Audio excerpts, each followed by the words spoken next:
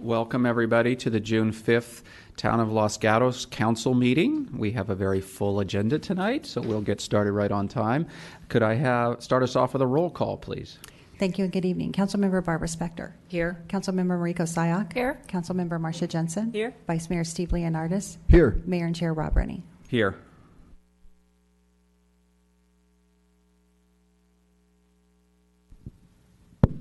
At this time, I'm going to invite Omri Manor to come up and join me to help me with the pledge.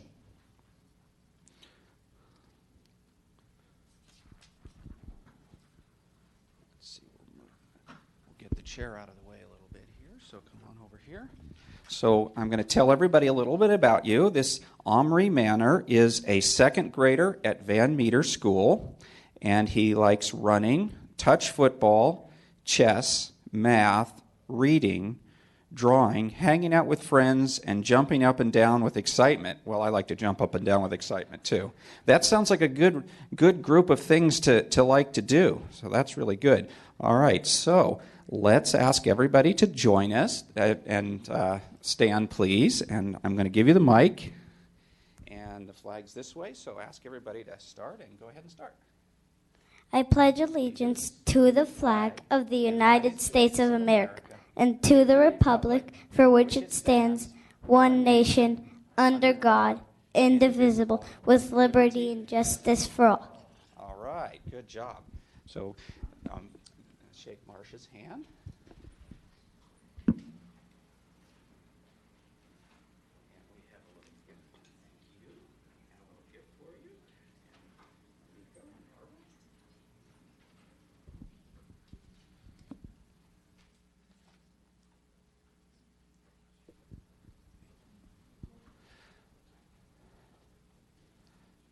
So one more hand for Omri.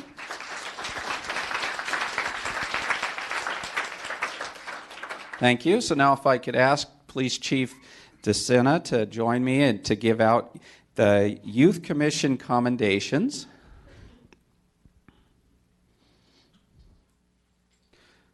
Would you like me to read the names and you give them out? It's your call, Mayor. Okay. Since I'm so good with names. Actually, let's start with my glasses. So, okay. Then I don't have to wear my glasses. Oh, very good. Okay. Well, this is a real honor. I just want to say that I go to a lot of meetings, but one of my favorite meetings is the Youth Commission. You've got some amazing young people here in the town of Los Gatos and Montesrino. So sad to see you folks go. I didn't really get a chance to know you really well, but really appreciate your service to the town of Los Gatos. So first, I'd like to call up. Where are the names here? There. Okay. Oh, Shamil Jain. Yes. Shamil is the chair of the Youth Commission. Oh, we'll get them all up here, okay. And next, let's please have Haley Knowlton.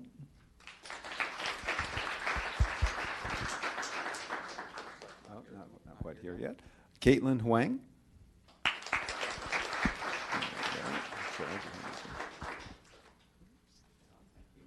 Sarah Imami. Here. And here. And Samuel Zukin.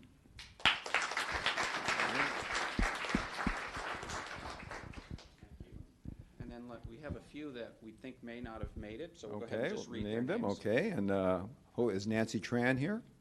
Nancy's not here. How about Nancy? But congratulations, Nancy. Casey Kamali. I don't believe she's here, but great job. And Josh Greenberg. Also not here, but thank you. And Natasha Vosky, also not here. So I guess we pose for a picture. Come this way a little more. She can be on the side. I'll come over this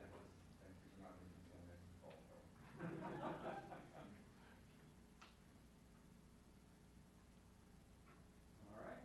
So next, we're going to turn it over to our chair. Turn it over to our chair, Shamil, who's going to give out our Youth Friendly Business Award, and I guess you want to invite the rest of your commissioners up. Thank you, Mayor Rennie. At this time, I would like to invite the rest of the Youth Commission up here.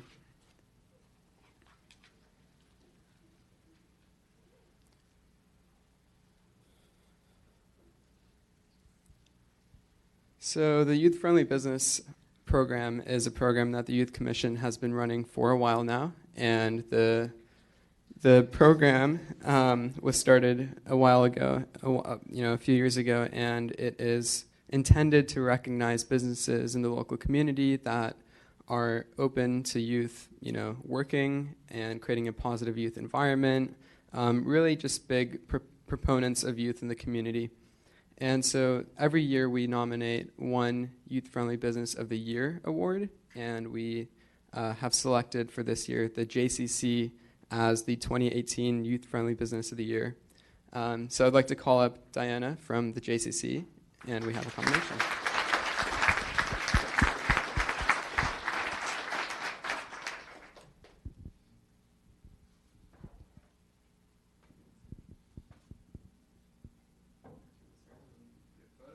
Okay, somehow we'll get a photo.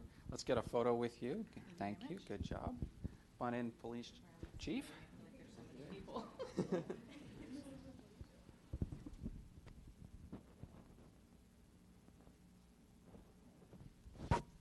All right. Thank you again, JCC. Thank you. Thank you, Youth Commission. So at this time, I'm going to invite the town manager to come up and present our employee recognition. Thank you, Mayor, for joining me. It is my great honor and privilege to welcome Rachel Johnson to join me. She is being recognized for exceptional customer service. Rachel works currently in our library department, previously with the town manager's office. And as we've mentioned previously, the town has an employee recognition program where every quarter or so, employees from all town departments identify teams and individuals who do exceptional work for our town. And this time, you were unanimously recommended to receive their town's recognition for your exceptional work. You exemplify our town values of teamwork, collaboration, and of course, customer service. You give that special smile and touch to all of our library customers. So with that, Mayor, would you like to present the plaque to Rachel?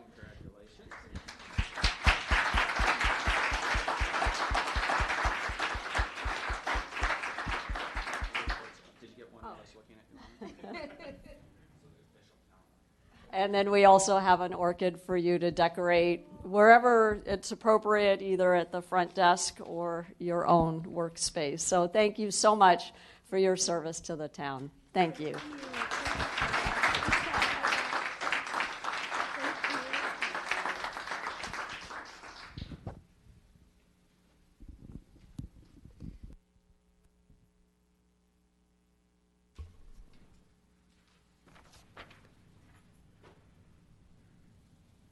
Okay, so now next up is council and town manager reports. Let's start with Councilmember Spector. Thank you, Mr. Mayor.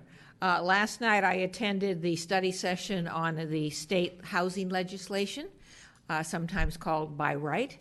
And other than that, in the past 3 weeks, I've had meetings with community members relating to development in town, the town finances, generally pensions, and company mergers, water company mergers.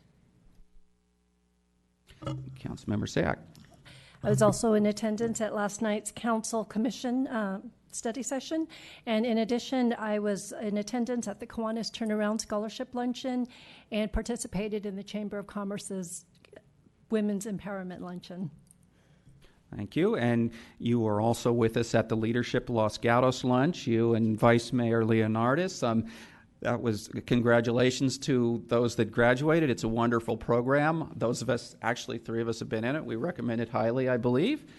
In addition, I also attended the RIDE lunch. That's RYDE. That's a program for giving rides for seniors. And this lunch was really about recruiting drivers for the program, volunteer drivers, which help keep the cost down. Los Gatos does contribute money to the program, and it helps a lot if people would like to volunteer. Actually, so far we don't have anybody in the program from Los Gatos, so please volunteer for that program. Let's see, I obviously did the youth commission interviews, as we have 6 new youth commissioners. Actually, I guess it's two returning and 4 new youth commissioners with the police chief and I and the vice mayor. And I also handed out awards for the Older Americans Lunch at the Rec Center. And I was also at the Kiwanis Turnaround Lunch, which I found quite touching. The turnaround lunch is really about high school students that started off really having a difficult first and second or maybe even third year in high school, and then somehow with either found it themselves or with help of counselors really turned their grades around and finished high school strongly. So there was a lot of very touching stories that brought tears to your eyes. For the Silicon Valley Clean Energy, the only thing I did was the Finance Committee, surprisingly. And then 2 more things that I did was Director Morley, Parks and Public Works Director Morley, and I did 2 interviews about the beach traffic, which has been on a lot of people's minds. We did one for the Merc and one for the KCBS radio. We were emphasizing what we have been trying to do for traffic to help out the residents. And then particularly with the radio show, we were trying to emphasize how the apps really weren't correct.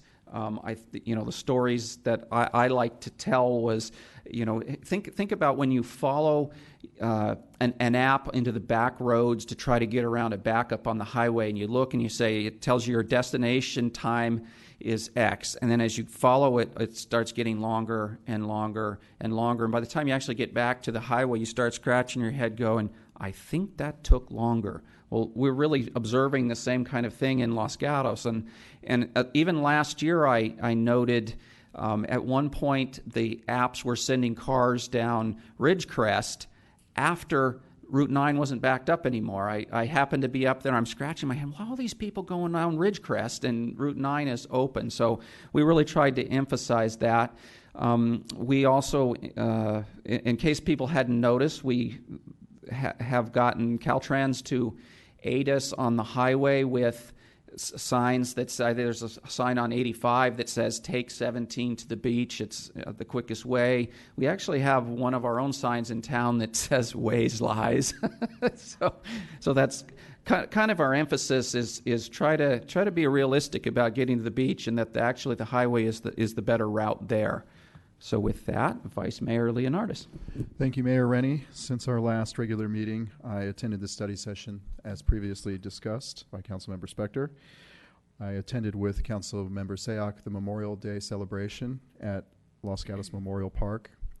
I also, as the mayor previously stated, helped conduct the Youth Commission interviews, which is a very difficult decision because we have so many outstanding youth in our community. I attended the Leadership Los Gatos luncheon, and I attended 2 treatment plant advisory committee meetings regarding the budget for that committee. Councilmember Jensen. Since our last meeting, I have met with people interested in tonight's agenda, primarily on budget matters and also the North 40. I was not able to attend last night's meeting, but I did watch it on TV today, and it covers much of the same things as seminar I attended in January all day at UCLA about the same issues. The discussion was interesting, however, and I have listened to the entire discussion. So thank you for putting that on. And I have nothing else to report. All right, thank you. So we'll go to Town Manager Matters. Thank you. I have 3 items for you this evening. First of all, we are celebrating 4th of July with the annual symphony at Oak Meadow Park, so please join us for that.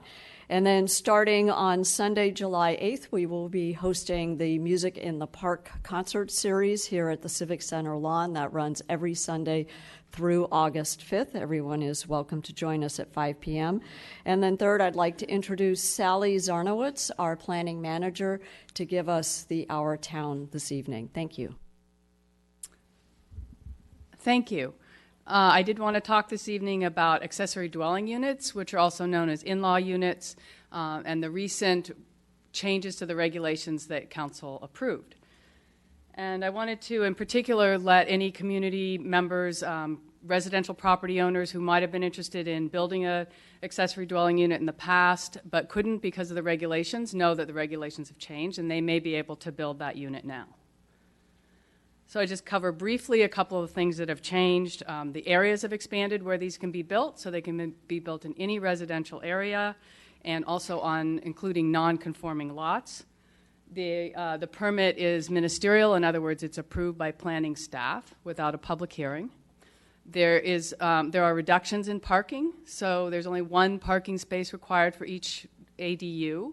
In addition, it's flexible so that people can put that parking space in a driveway, in a front setback, or in tandem configuration.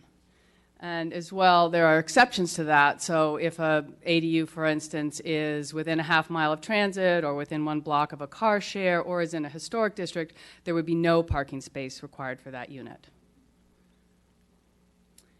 In addition, the maximum size of the ADUs has been increased to 1,200 square feet, up to 2 bedrooms.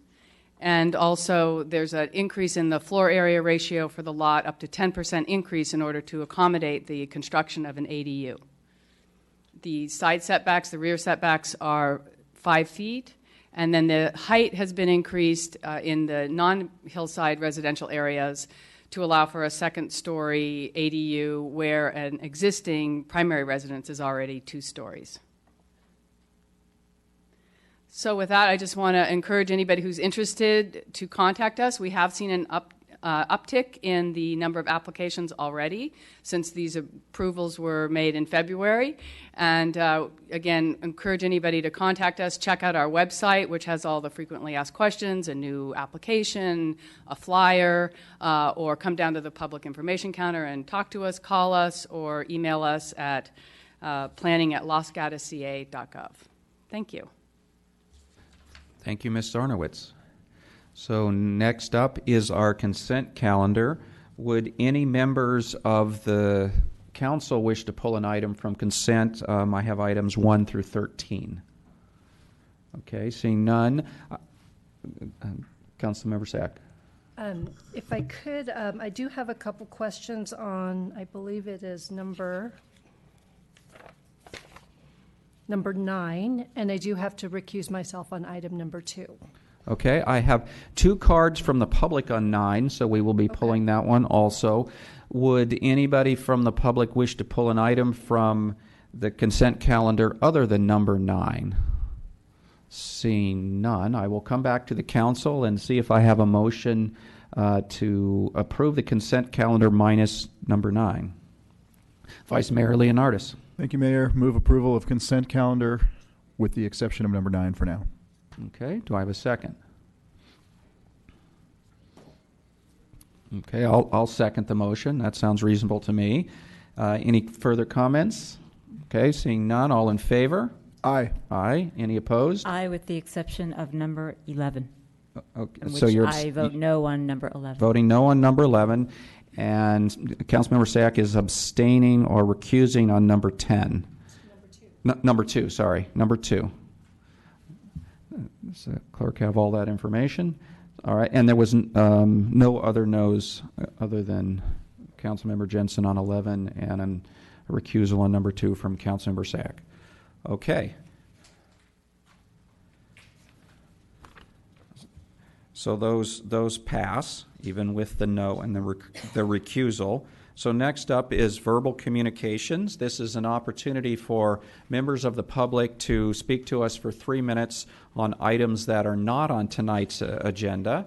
And I believe I'm getting delivered some cards here. So let's call forward Michael Verga. Good evening. My name is Mike Verga. I live at 46 Broadway. My goal here, as difficult as it may be, is to convince all 5 of you that there is only one and only best solution to the weekend beach traffic gridlock, and it is congestion pricing. All the ideas, one-way streets, blocking off on-ramps, widening Highway 17, a train to Santa Cruz, blocking off neighborhoods, resident-only permits, etc., may have some limited success and may be worth implementing, but most will be extremely expensive, may not work at all, or be decades away. None will work as quickly, as inexpensively, and be as adaptable as congestion pricing. Congestion pricing does not involve toll booths. It is a fast-track reader and cameras set up at the downtown South 17 on-ramp, Santa Cruz Avenue, Highway 9, and possibly Lark Avenue. You would just drive right on through. It is using modern technology to improve traffic flow. It would work for downtown Los Gatos very similarly as Bay Area express lanes do right now. It is based on what is called dynamic pricing. The price changes according to traffic flow every few minutes. Toll information would be available to smartphone users. By the way, you can set all mapping apps, Waze, Google, and Apple Maps right now to avoid tolls altogether.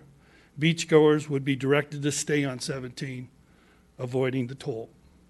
You don't even need a fast-track transponder. A similar setup in Orange County called the Toll Roads works even if you don't have a transponder or a fast-track account. The fast-track website answers many questions as to how this would work. We do not need to reinvent the wheel. Everything is already in place. We just need to adapt it to our situation. This would not eliminate all beach traffic through Los Gatos, but it would end the gridlock. It would allow residents and visitors to come into town knowing they could now be certain that they can get in and out of downtown in a reasonable amount of time. Once this is in place and known, shoppers will return to downtown on summer weekend. Residents can return to normal weekend routines. It will work. More and more express lanes are being added throughout California because it works. Wherever congestion pricing has been implemented in cities and highways across the globe, it expands. I am asking for Town Council to direct staff to start the process now. I do not want to see downtown Los Gatos be essentially destroyed on summer weekends. No matter how many obstacles are presented, be it the county, be it the state, be it Caltrans, we must fight for our right to be in a great place, not just 9 months out of the year, not just weekdays, but even summer weekends. Okay, any questions? Councilmember Spector. Thank you, Mr. Mayor. Mr. Verga, have you had a meeting with staff to discuss this proposal? No, I've just been discussing it with some of the town council members. Okay. Well, I'm going to encourage you to do that. Okay. Councilmember Sack. Actually, my question is more to staff, so I'll wait. If Anybody, any other questions for Mr. Verga? Vice Mayor? Mine is also for staff. Okay. All right, then I'll let you sit down. Thank you. And we'll start with Councilmember Sack. So it's a question of staff of if you are aware of the congestion pricing pilot that is currently, I believe it was Assembly bill, but I can't remember. It was a Assembly member from San Francisco. It's in the legislation. And so my question of staff is if you could provide us an update through town council referral on the status of that. I know that there have been requests made to our own legislatures to see if we can include Los Gatos as one of the pilot projects. So. Thank you for that. Yes, we will provide an update on that legislation. Okay, Vice Mayor Leonardis. Thank you, Mayor Rennie.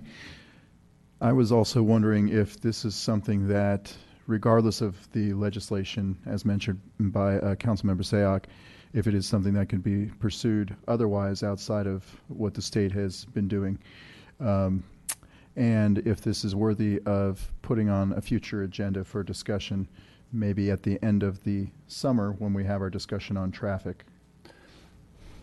So we can add it to the end of summer traffic discussion. That's a great place to have the discussion. Currently, congestion pricing in municipal locations is not permitted under state law, so there is a need for legislation to be able to change that and to implement it.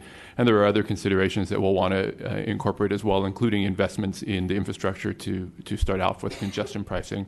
To fund the transponder readers that would be necessary to do so. But we'll include all of that in a conversation for you in the August timeframe. Thank you. Councilmember Spector? Or, did you have a follow-up? No. Okay, Councilmember Spector. Thank you. Would staff be amenable to meeting with Mr. Verga? Absolutely, we'll reach out. Okay. Thank you. Okay, any other questions? All right, seeing none, let's move on. So let's go back to agenda item number 9, and if I could ask staff to start us off on the explanation of that one. Thank you very much. Matt Morley, Director of Parks and Public Works. Excuse me. I believe you had another verbal communication card. You're right. Thank you. We got so wrapped up in the traffic. If Mr. Morley will allow me to continue verbal communication first. Next up, Ann Robinson.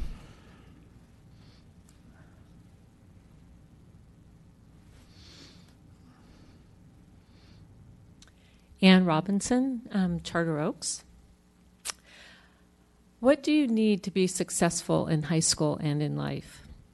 Is being successful all about getting good grades, going to a prestigious college, and getting a lucrative job? Or are there other important aspects of life, like your physical and mental health? Currently, mental health is a serious problem in our society. The multiple school shootings are destroying our sense of safety in our schools. When you learn about the shooter, they usually have a history of mental instability. You wonder if we, as a culture, are falling short in providing our young people with the tools they need to build healthy relationships and cope with today's stressors. My daughter, Caitlin, has worked for 2 years as a Saratoga High School counselor through CASI, a nonprofit organization that provides mental health counseling to Saratoga High, Los Gatos High, and other schools in the Bay Area. She has a constant stream of students daily needing support and therapy for a wide range of issues.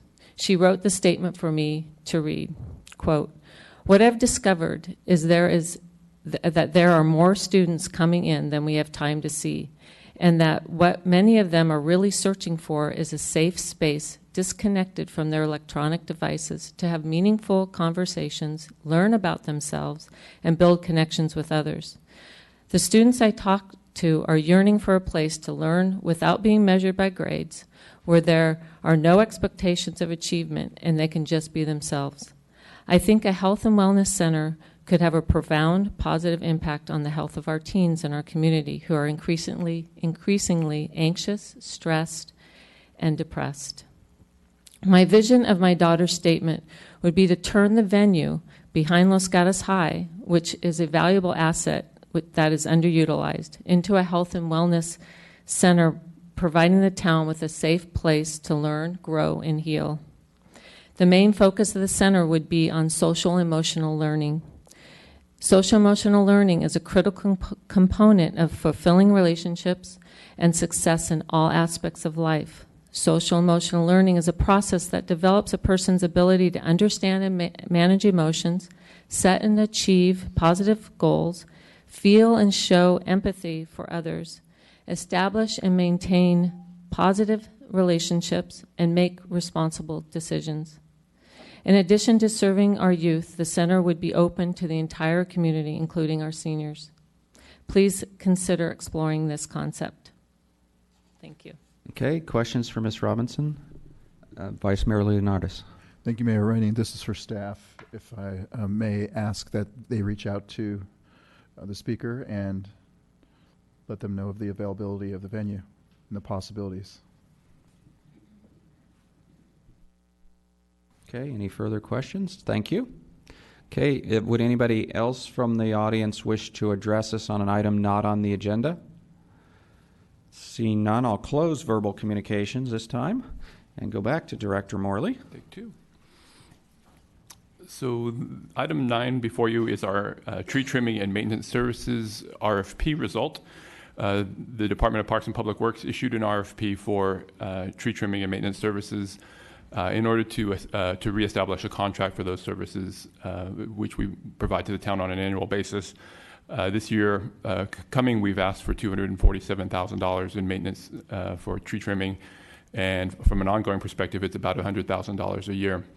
An RFP is set up so that it is not necessarily price determinative, so other factors besides the price play into it, although price certainly is an element.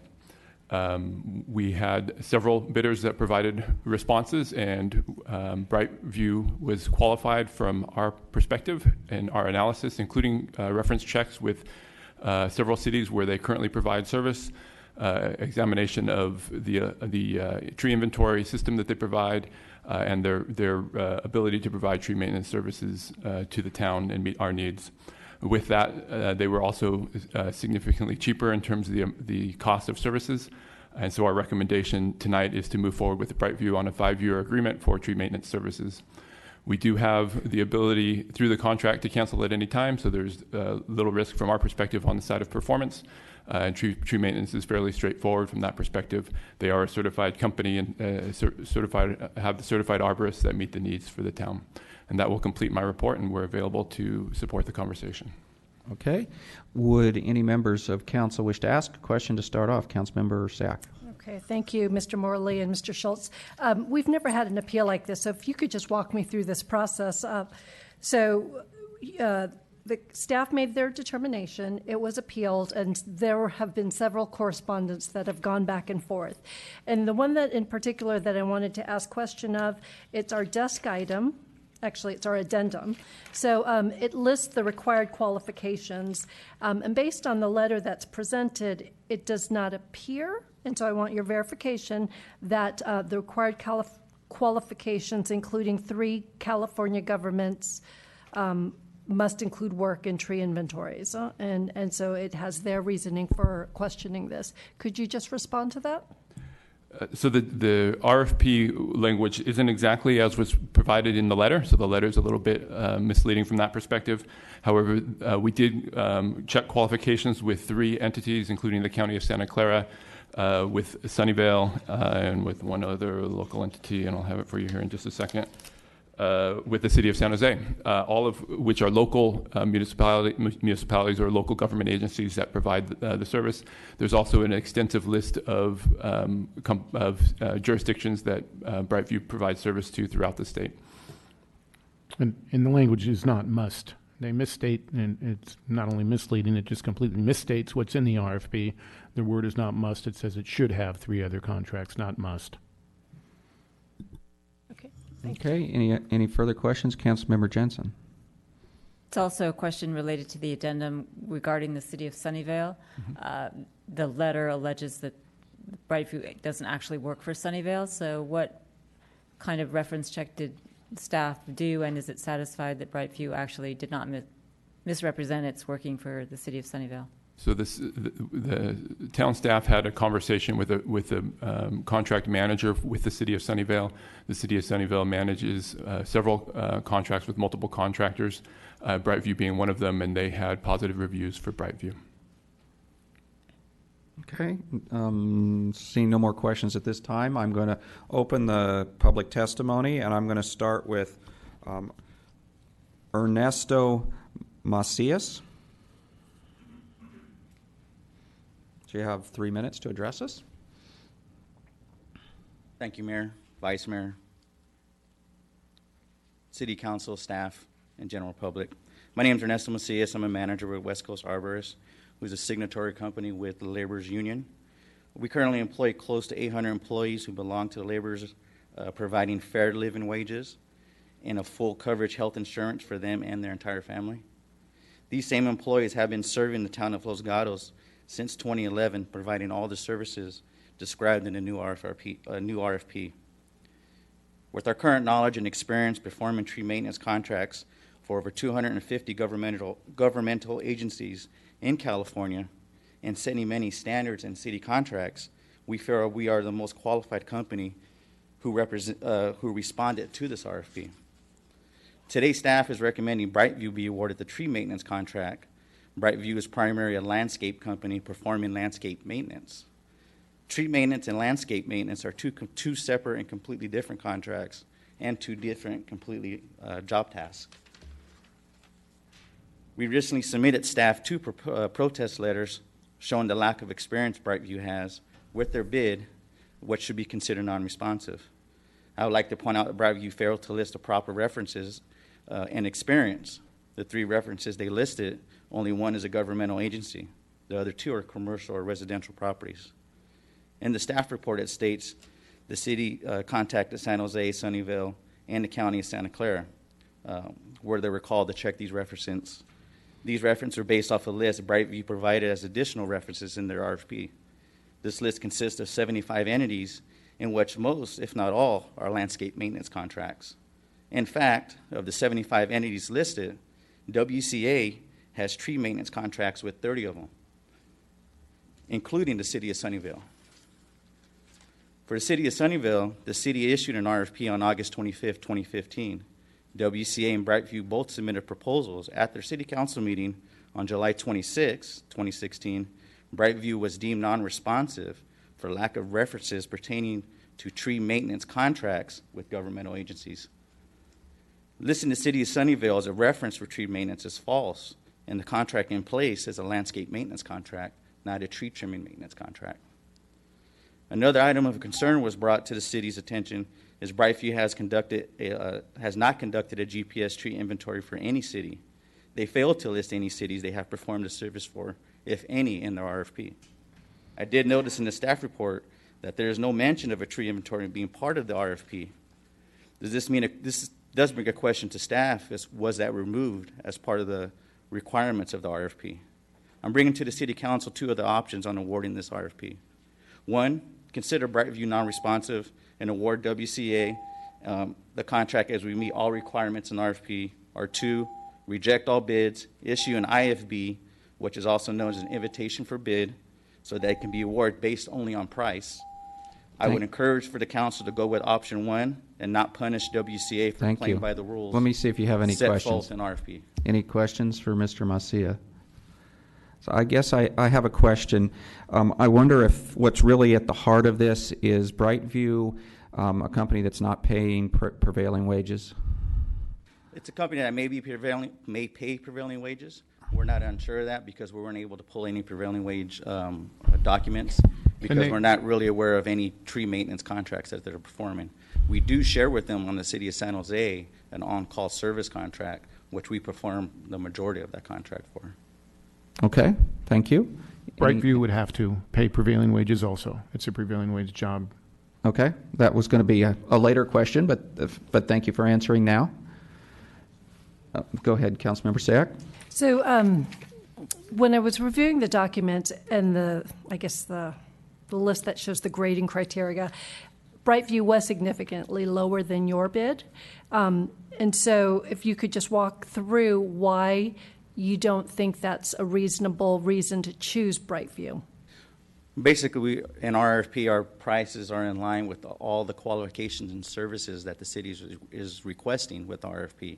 Basically, the biggest thing is the tree inventory and the tree inventory system that runs the tree population for the city. Not only that, but just the experience and the knowledge of what's in the city, and it going from basically an hourly contract to a unit-based contract, if I recall correctly, determine those costs for the prices for those trees that we put in there. It was basically our knowledge and our experience that we had for the city. What we don't want to see is it go to Brightview because of a lower price. The city pay the costs in their urban forests and have to wait for 3 to 4 or 5 years before it can go back out to bid, and then hopefully have us back in here again to perform these tasks. Okay, any further questions? I don't see any. Thank you, Mr. Macias. Thank you. Excuse me. So next up I have Olivia Navarro, it looks like.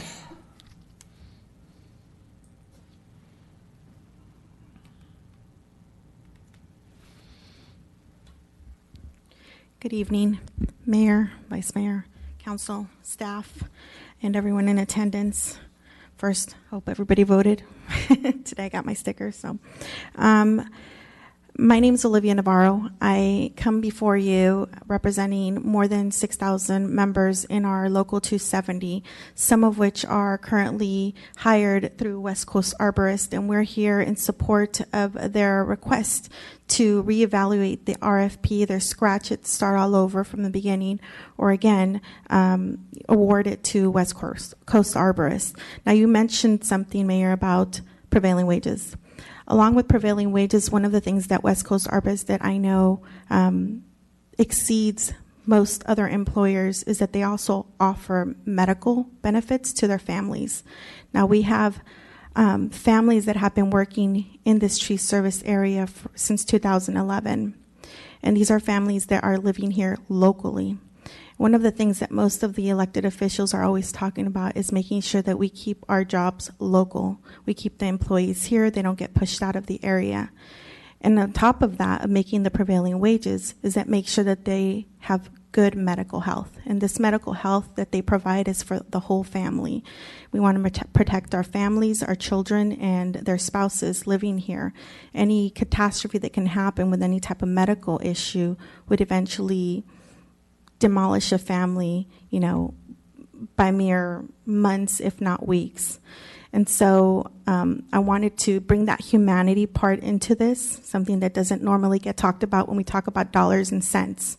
I know that dollars and cents are important to our budget, but you guys sit before us, and we beg of you kindly to also remember the humanity aspect, that we're making sure that these families keep a roof over their heads and have a secure workforce. On top of that, another point was the knowledge. I think that Brightview has done a job in landscaping. I think it's a little bit misleading and maybe some misrepresentation about them doing some of the work and being quoted as tree service instead of regular landscaping. I know for a fact that if I tell my husband to go mow the lawn, it's not the same thing as if I tell him to go chop down a tree and making sure that it's safe.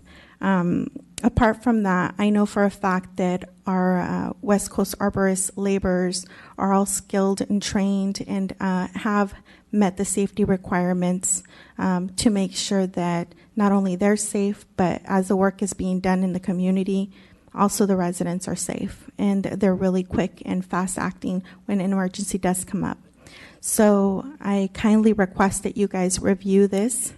If you find it that you don't want to reward it to Brightview and want to reward it to a good company like West Coast Arborists, we would obviously be happy. But if you want to start all over, again, you don't want to start on a project and then have to come back and review it all over again. It's easier to just do the proper checks and balances and make sure that they actually qualify and they're getting graded on the work that they're actually performing that you guys need, as opposed to what they've done that might not necessarily mean that that's what you guys are going to need in this area, especially with the drought that comes through and all the trees and the fire potential that can come in the next couple of months.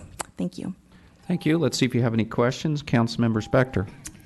Thank you, Mr. Mayor. Ms. Navarro, yes. Are you saying that Brightview does not pay prevailing wage and does not have health plans? No, ma'am. I'm saying that West Coast Arborist does pay prevailing wage. Obviously, Mr. Schultz did, the attorney, town attorney did also state that they have to pay prevailing wage. What I'm saying is that West Coast Arborist offers medical insurance and the company pays for it, not only for the employees, but for the families. So in turn, when they're hiring these laborers that work for us, they're also covering the family and making sure that they're, on top of getting prevailing wage, getting medical insurance. And Brightview doesn't do that? I know for a fact that West Coast Arborist does. I think it would be up to Brightview whether they're paying for the whole family. I've very seldomly seen a company that pays into the premium for the employees and the families. Usually there's a portion that employers pay, and then the employees have to pay the other portion. So I can't speak of Brightview's, but I can speak of West Coast Arborists, as it's something that's quite outstanding right now. Okay, thank you. Mm-hmm. Any further questions? I guess I have one. Do you know, has Brightview ever hired from your labor union or other labor unions? Or do they regularly or once in a while? Brightview is not a signatory as of yet, as far as I know.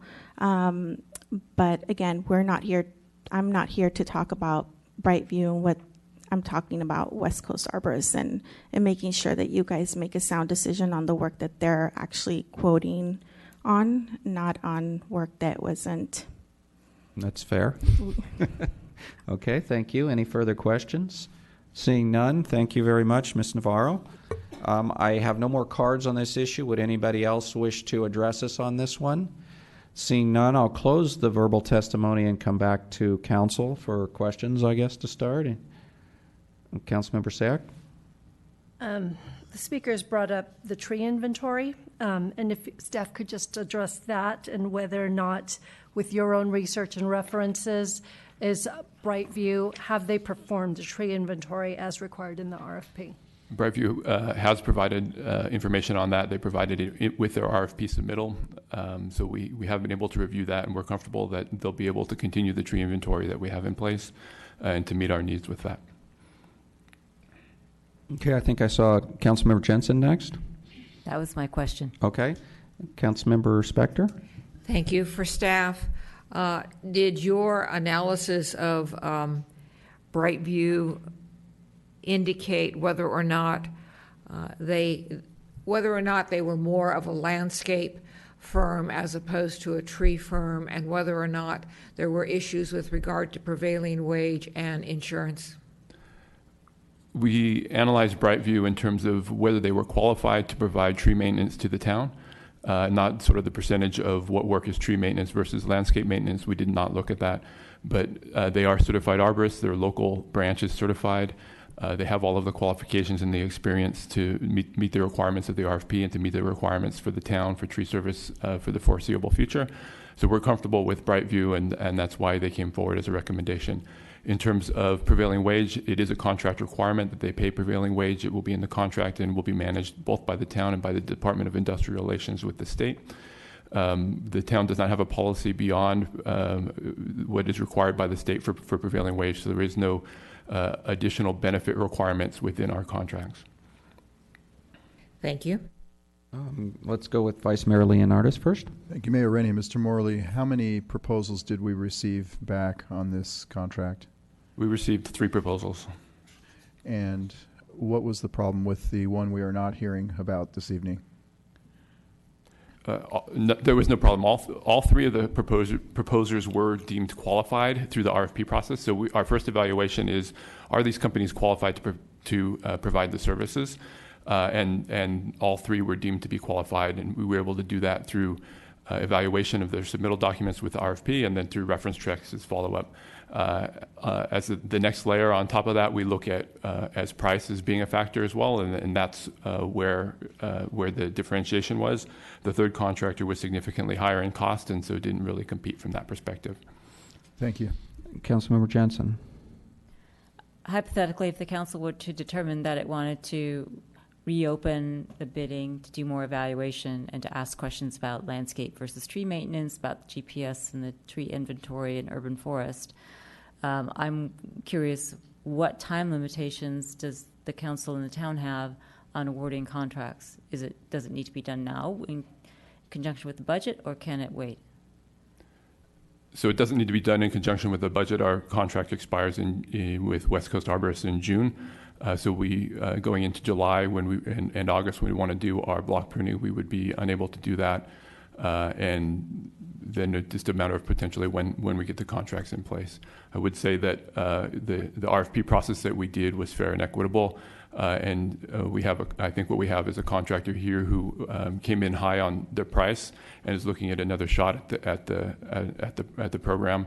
From our perspective, with a fair and equitable process, we would still recommend award as recommended in the contract in the staff report. Okay, thank you.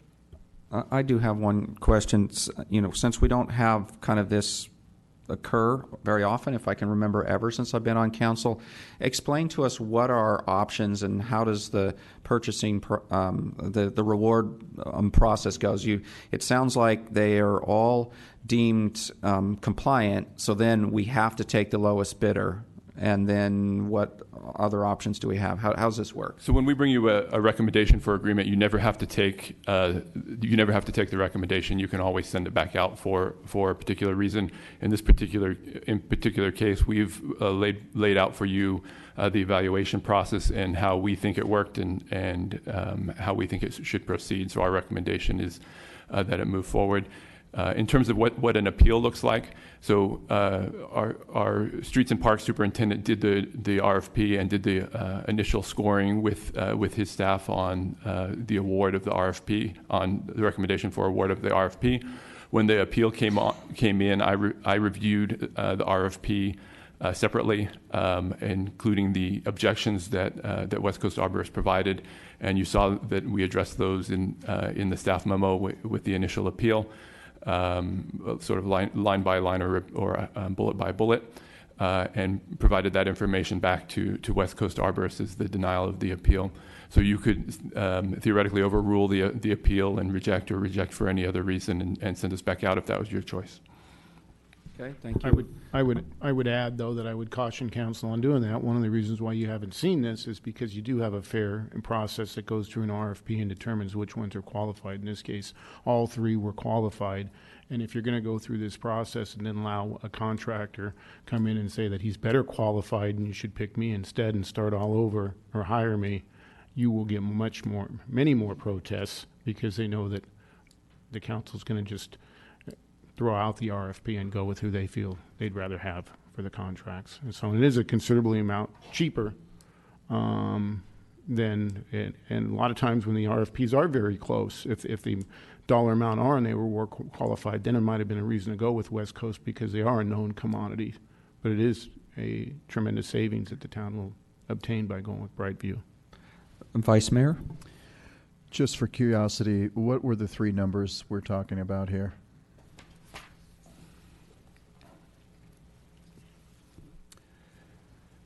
So the way that the costing lined out, as we quoted this, and this is quoted, or the RFP happened pre-budget, so we didn't have an idea of what the allocation was. So we used a sample of services with an emphasis on our basic maintenance services. Brightview came in at $246,000. West Coast came in at $333,000. And the third company, Commercial Tree Care, came in at $452,000. Let me just add that all of this is contained in your staff report. So you have the bid results as well as the other analysis that was conducted by staff. Thank you. And I think you mentioned it earlier. There was some comment about if we're not happy with their work, we can end the contract early. We always have performance criteria in our contracts so that we can end the contract early. We have timelines set for them providing us with a plan for doing their block pruning. We have a timeline set for them providing us with a transition to the tree inventory. So all of that is spelled out in the contract language that they'll be agreeing to. Okay. Further questions? Comments? Motions? Vice Mayor Leonardis. Thank you, Mayor Rennie. I move that we move forward with the Brightview proposal as recommended by staff. Do I have a second? Councilmember Spector. I'm going to second. I think that Mr. Macias and Ms. Navarro made an excellent presentation. However, the weight, to use my jargon, the weight of the evidence based upon what staff said and what's contained in our staff report and the fact that it's saving the town $100,000 approximately compels me to support staff's recommendation. Okay, I have a motion and a second. Any further comment? Councilmember Sack.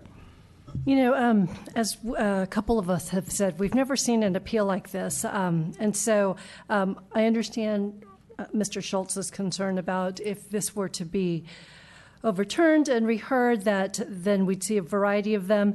I guess I go back to two things. One is the tree inventory, and then actually what's also pressing on me is the City of Sunnyvale's report and whether or not there is a distinction between the landscaping and the tree. And at this time, I'm just not quite sure if the RFP clearly specified the difference between the two.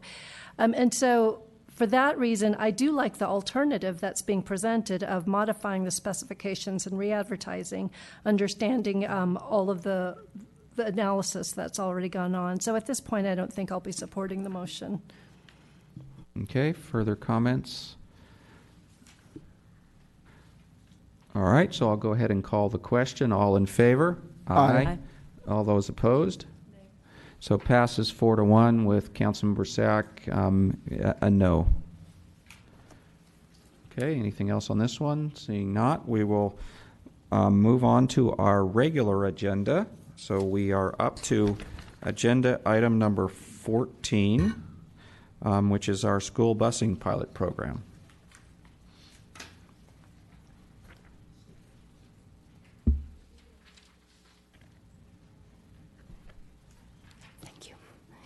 Thank you, Mayor Rennie and members of the council. Ying Smith, Transportation and Mobility Manager. Tonight, we're here to present to you the findings of the congestion relief school bus feasibility study and staff recommendation. So I would like to start by saying that this effort has been supported by a strong partnership with the two school districts, the Los Gatos Montesereno Safe Route to School Coalition and the Transportation and Parking Commission. Staff wishes to express our appreciation for their support and all the parents and community members who participated in the process. So there's an addendum to the staff report, and I will explain the reasons why when we discuss the revenue.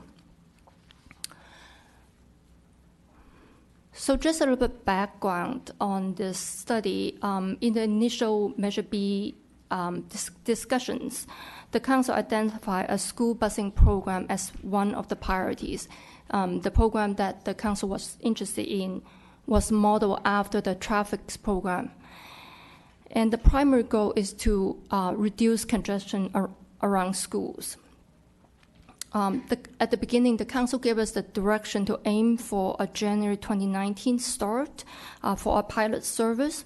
So we started the service, this feasibility study in October 2017 with assistance from school bus consultants, SBC, and our consultants are here tonight. I want to just take a few brief moments to introduce them. We have Patrick Knight and Ian Jones from SBC. So with extensive work in the last 8 months, staff and consultants concluded these 4 key findings. The first is the overwhelming support we hear from the parents as well as the community. So the next finding is on the demand. In the second survey, we received responses to show more than 1,000 students would be interested in this service. So that is represented by the green bar on the left side. We further asked the questions to understand people's preference in walk distance, time spent on the buses, schedule flexibility, as well as their willingness to pay for the service. So we took all those considerations and did analysis. So we end up with about 335 students they're considered amenable customers. So they're the ones who are more open to use the service and more likely to sign up. So we just focus on the first bar and the last bar in this chart. So not only the numbers important, but also where they are located, where their home locations are. We are able to map more than 900 students, their home locations, based on the addresses they provided. And among them, there are 335 who are considered amenable. So that is a map. You probably don't see much details, but we can see in the next one is a zoom-in map showing the areas within the town limits. So the numbers in the circle represent the cluster number of students. So the next, we'd like to show you a route concept. So this is a concept to provide service to Fisher Middle School and Blossom Hill, and it's a morning route that goes to pick up, hit the highest concentration of students. So you can see the route is not necessarily direct, and that time spent on the bus will be likely to be longer than a parent would drive the kids to school. So based on we calculate the projection will be about 58 students on this route, which is probably one of the highest among the different candidate routes. It's a good number, 58 students, but it's not as good as we hope because we are using 65 passengers per bus in our revenue calculations. So the next important finding is the price sensitivity. Here we show you at different price points what is the percentage of the customers who are willing to pay. Start as the lowest is $350 and it goes up. So you can see as the price goes up, the percentage of people who are willing to pay, they do drop. The orange line, it shows the revenue from 2 routes in the pilot service. So based on this analysis, staff conclude that the highest price we can charge for the pilot service is $350 per year. So all the information go into the revenue and expenditure calculations. So this is where the table has been updated from the staff report. It's the same as in the addendum. This we took into the newest development from the TFCA grant. We're not successful in getting that grant. We do have additional information in the addendum. Here, if we just focus the first half year, so that's not a full year of service. The cost to provide the service for 2 routes in the half year is about $110,600, and the cost includes the service contract, service management, customer service, and other administrative costs. On the revenue side, we only include the locally generated funds, which in this case is the fare revenue as well as the town's general fund reserve. Again, the revenue is based on 65 passengers per bus. That's roughly 90% at the 90% capacity. So you can see we didn't include the TFCA funding. We do have a line item to show grant funding, but keep in mind that those grant funding programs are highly competitive. There's no guarantee. In the town's general fund line, compared to the proposed, the budget you just approved, we will need additional $120,000 in the 3-year. In the very first fiscal year is $30,000 additional. So based on the research and outreach we've done, staff is recommending the council to proceed with a school bus pilot program starting in January 2019. You will have the opportunity to take additional actions. In the staff report, we outlined the next steps as well as a schedule to take us to January 2019. In the next few months, we will bring a contract amendment to develop a business plan. And the next 2 items for you to approve the service contract as well as to give us the final go-ahead to start a service based on the custom sign-up. Those 2 items have to be taken concurrently. They kind of relate to each other.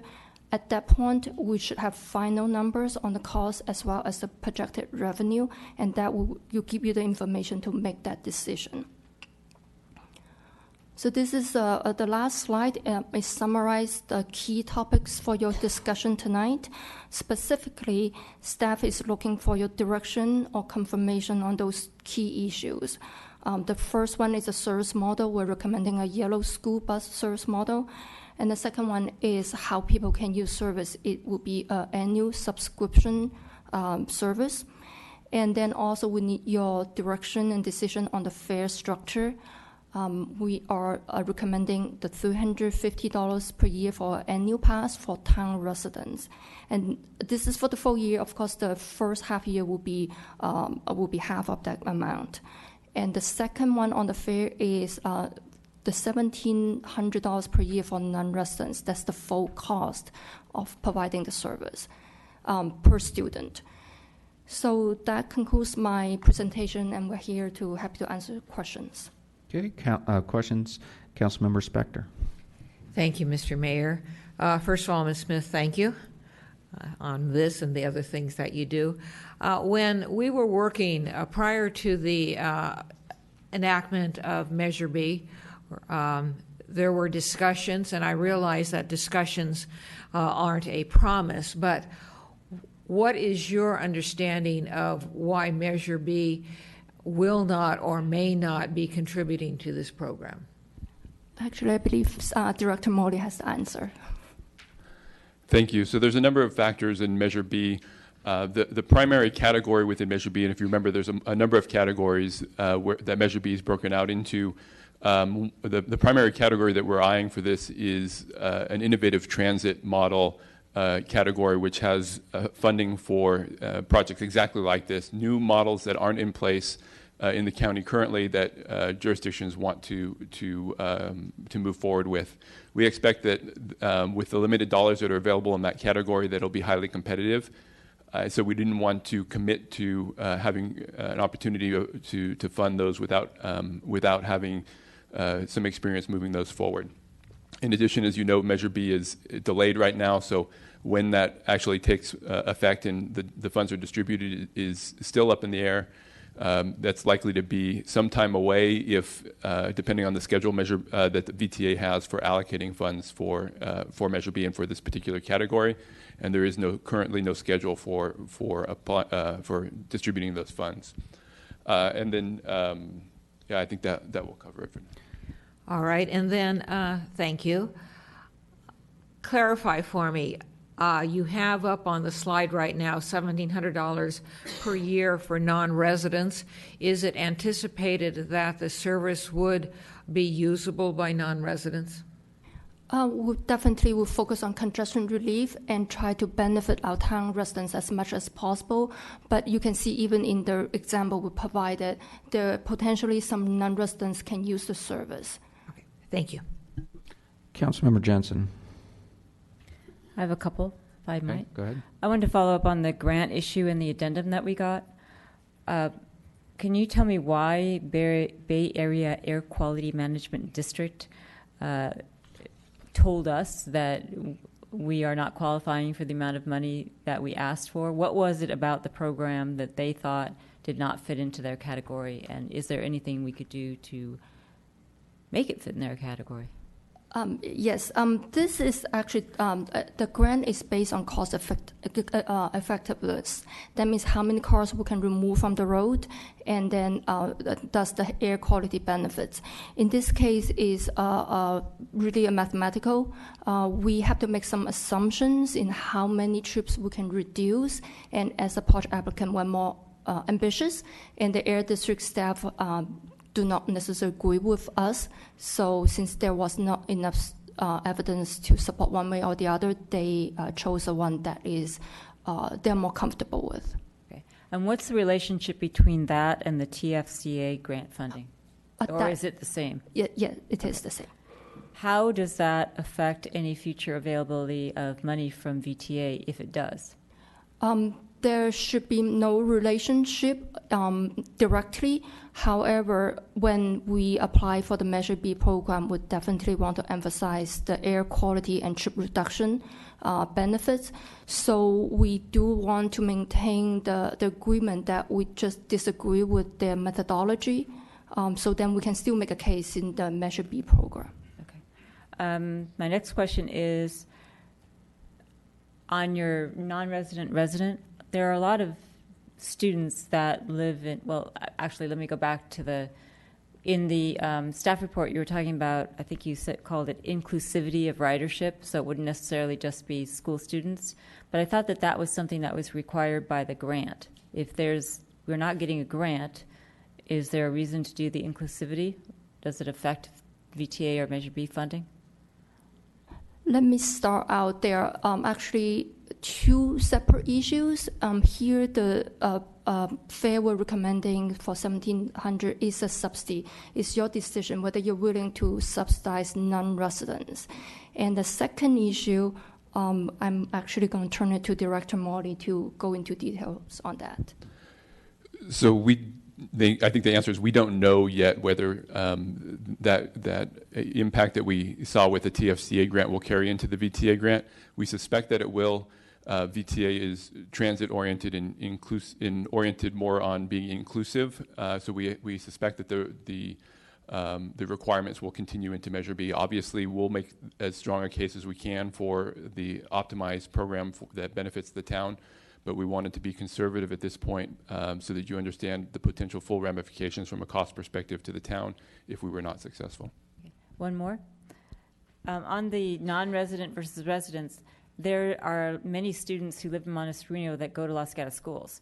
So if they're expressing an interest in ridership and we are effectively costing them out based on your earlier chart for price sensitivity. Does that make sense if we're trying to, has somebody done any kind of math? Because I assume we're trying to increase ridership to get the signups, to reduce congestion, but if we price people out of, or we think we do based upon our study, at $1,700, why would we want to do that? So a great point, and one that we have also considered and struggled with, and would definitely welcome the council's input. And that's part of, I think, what we're looking to come out of the discussion tonight is the $1,700 a year for non-residents something that you're supportive of, or do we need to do something different there?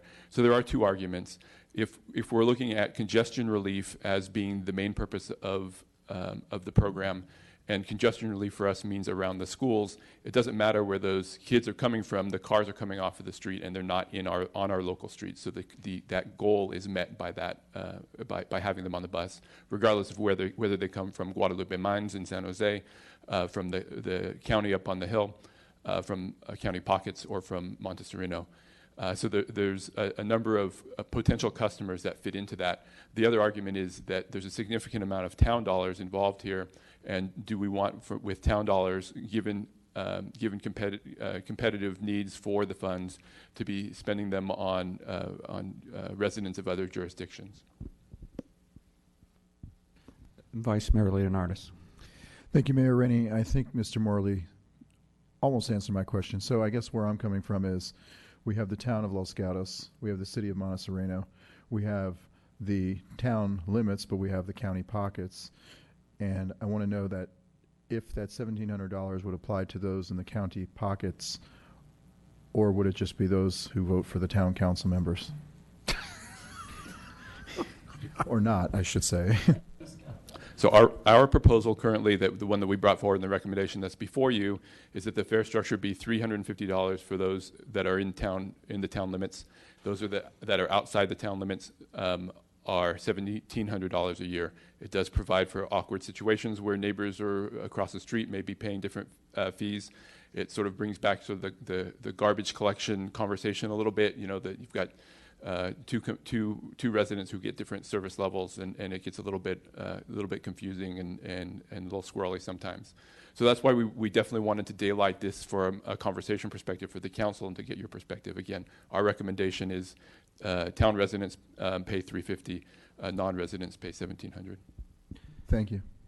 Let me ask a question, kind of follow up on that. So my first thought that comes to mind is, if the bus isn't full, why price somebody out of it? If the bus is full and we have to run another bus, then we're really subsidizing non-residents. Is there some way to say, oh, your rate is $1,700 unless we have availability, then we give you half price or something like? Can we do? Is it some kind of pricing like that available?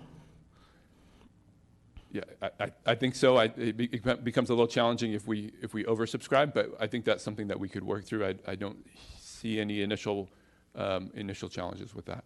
There's also the potential for conversations with other jurisdictions to see if we can encourage some cost sharing there, and if their residents are subject to paying the full price, they may be more encouraged to participate than otherwise.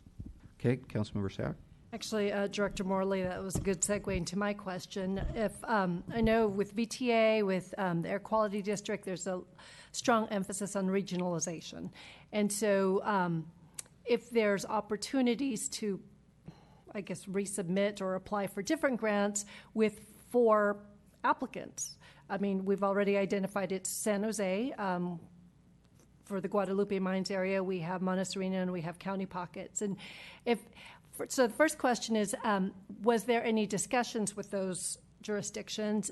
The second question is, do you know if that would in any way enhance our application?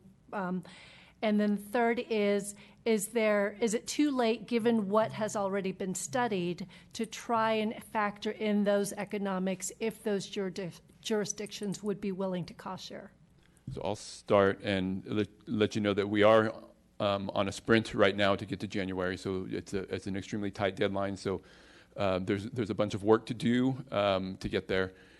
We have sort of floated the idea through Montessorino, but because of the timing, it was not at a timeline where we were able to provide an idea on dollars, so that's not incorporated into Montessorino's budget, and we have not touched base with either the county or the city of San Jose. And I think Ms. Smith can talk a little bit about the competitiveness of grants with multiple jurisdictions.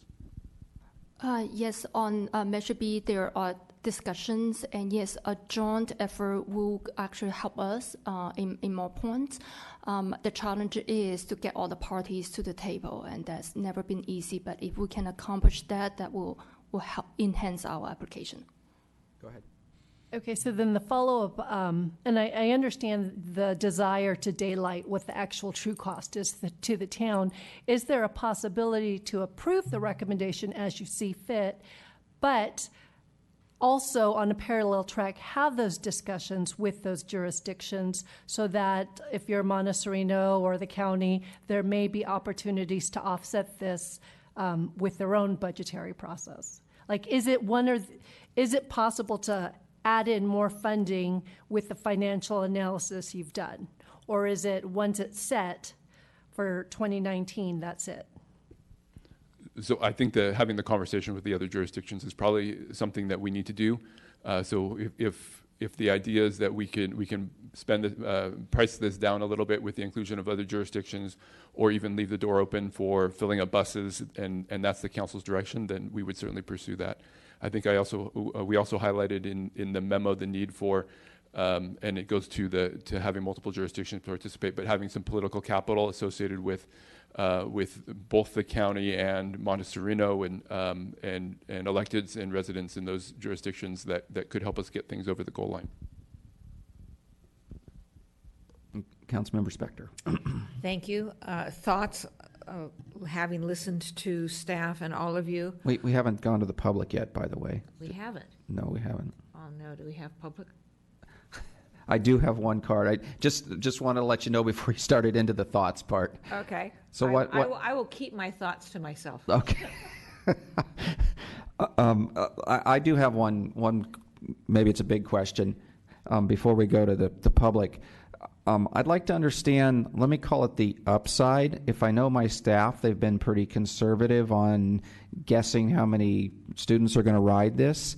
And I'm guessing that you've done, from reading your surveys, you've asked questions like, are you willing to walk 1 block? Are you willing to walk 3 blocks? And then you may have decided, okay, those that aren't willing to walk 3 blocks, you've excluded them. So if they see the other parents, getting relief from having to take their kids to school and the other kids having a great time on the bus, I would think there would be some upside that the 3-block walkers might start taking it. Or those, I don't know how many said they're not willing to pay $350, but they're willing to pay $300. And again, if they start seeing how well it's working for others, they might be now. Can you give me some feel for how much upside there might be?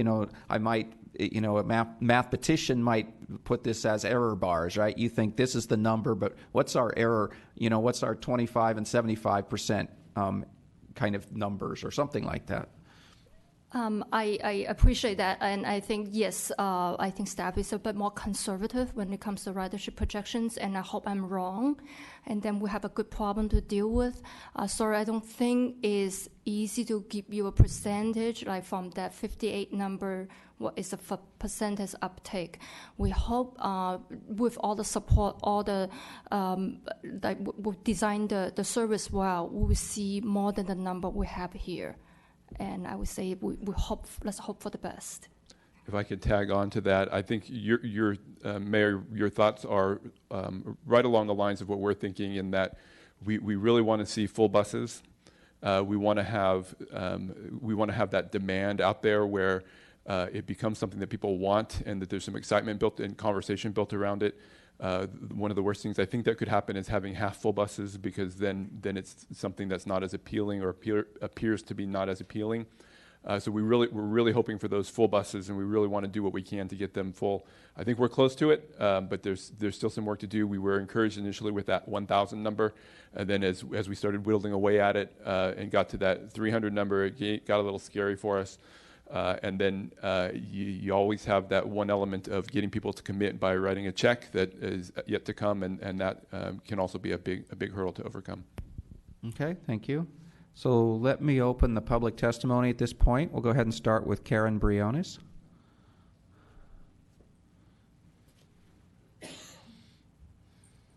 Good evening. I'm Karen Briones, and I'm here as the Executive Director of the Los Gatos Montessorino Safe Routes to School. And I want to thank you.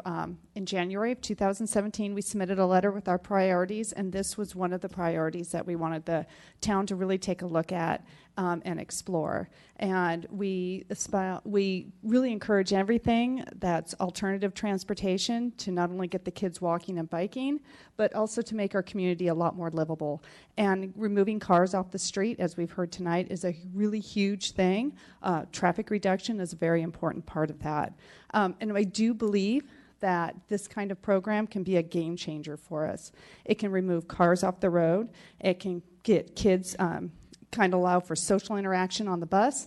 But in addition to that, it can begin to shift behavior in our community and putting that kind of safety first process going. Allowing the kids who are walking and biking, and we do have those in quite large numbers at some of our school sites, but we also have students that have a harder time getting there and can't walk or bike. If we can remove some of those cars, we can create a safer, kind of cleaner environment for them to do that. I think we've been working with the town looking at this whole feasibility study, and we've heard a lot of really positive feedback from the community, not just incoming parents, from a lot of the kindergarten parents, but also from the community at large. I got a lady who stopped me in the grocery store the other day, called me the safety lady, or the Safe Routes to School lady, and she asked me about the school bus thing. So the information's out there. I think there's a lot of buzz, and right now is the time for us to seize that opportunity. So thank you very much. Thank you. Any questions? Vice Mayor Leonardis. Thank you, Mayor Rennie. Ms. Briones, do you have any input on the discrepancy between $1,700 versus $350? In what sense? What kind of, just in general from our group? Well, the issue of potential fairness. In other words, if someone is being charged $1,700 and they live on the same street as somebody who is paying $350, do you think that is a good idea, or what do you think? As far as a good idea or not, I think that I understand the town's position and spending town funds on town residents. As far as dealing with schools, that will have to be a discussion best left with the school districts. I do think that it can be a challenge, but not something that we can't overcome. Thank you. Okay, seeing no other questions, thank you, Ms. Briones. Next, Maria Ristow.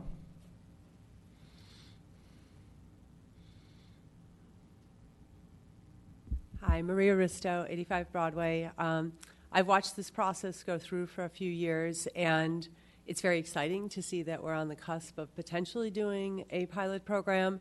It's also a little dismaying to see that we don't have the funding that we thought we might have at this point. I think the town is in a position to at least look at the pilot program. I think looking at a couple of routes and applying this money will give us the opportunity to see how much the community does get behind this. I think that a lot of people who are, as the numbers fall off, I think it was really important that the work that staff did, where you look at all these people that say they're interested in the bus, but then when they find out how much it costs, they don't want to spend that much money, or they're not sure if their kid will walk more than 2 blocks, etc. I do think that excitement will build. In our own community, we had the example when Dave's Avenue School was under construction, and Dave's Away had the students all being bused to another location in San Jose for a year and a half. Parents initially were really upset, really angry, didn't want to use the buses. And after a year and a half, not only were those buses full, the parents were continuing to wish that they had busing just to get to Dave's in town. So I think as that culture shift slowly occurs, we could see that snowball effect, but we won't know without doing this pilot program. And I do feel like this is a really good investment of town money.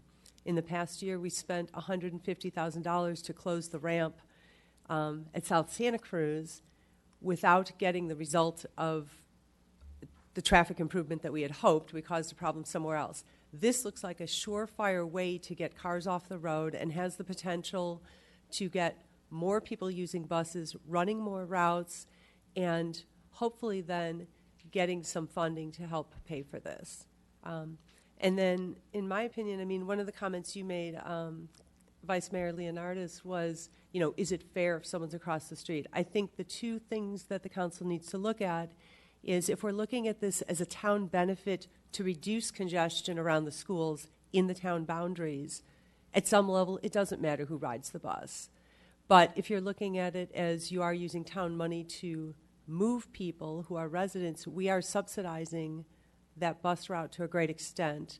And my recommendation would be to stick with that split cost for the pilot program, get the residents using it, and as the program expands, or we get other groups on board, or we get some funding, then it's the same price. You just want to fill the bus and you want to clear the streets, regardless of whether someone's coming from a county pocket or Monte Sereno or San Jose.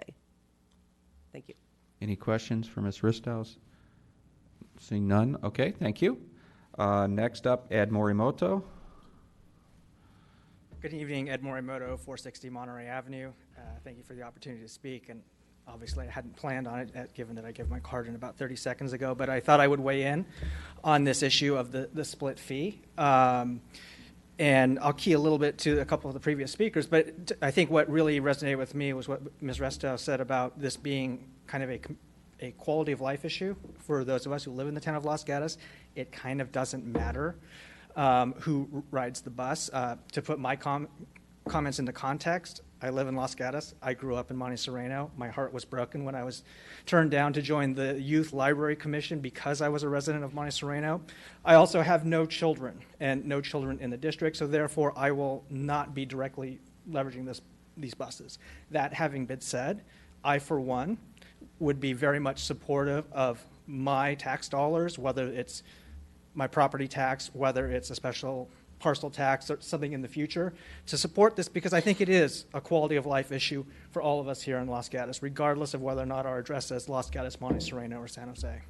The other thing I would say is, don't charge the higher amount to folks in Monte Sereno or in those county pockets. I would charge the lower amount because I think initial high ridership is what you want. And a year from now or 2 years from now, when you move from pilot to permanent program, seems like a perfect time to say, well, this is a Town of Los Gatos program.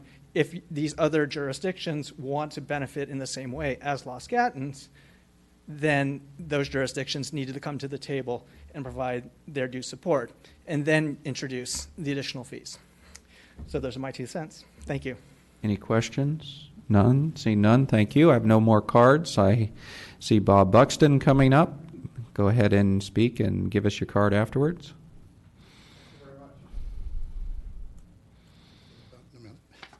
Bob Buxton, Robin Way, 40-plus year resident of the town. Been involved with the traffics program, San Ramon, Danville. It's been a priority on the Transportation and Parking Commission now going on. I think this is the 3rd year. I've been to the community meetings with residents, parents. I've talked to our own community, neighborhood. This is a great program. We have to do the pilot. The interest will increase, and there's more to the congestion relief. That's a key goal, plus safety. The children that ride on these buses, and I got this not from riding on a bus myself in those days, not because there weren't buses, but they had started paving streets at that point in time. One of the community meetings, there was a native of Los Gatos, and back many years ago, there was a busing program. And she talked about the responsibility that she learned and that kids learned by riding on the bus. If they miss a bus, it's on them. So there's a whole lot for the kids to learn by taking responsibility to ride the bus. So I wanted to bring that up. I want to compliment staff, Ying Smith, Matt Morley, oh my gosh, the consultants. A lot of time and effort have been put into this, so really appreciate your approval of this pilot program. Thank you. Okay, any questions? I don't see any. No questions. Thank you, Mr. Buxton.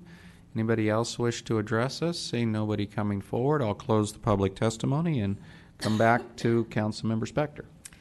Thank you, Mr. Mayor.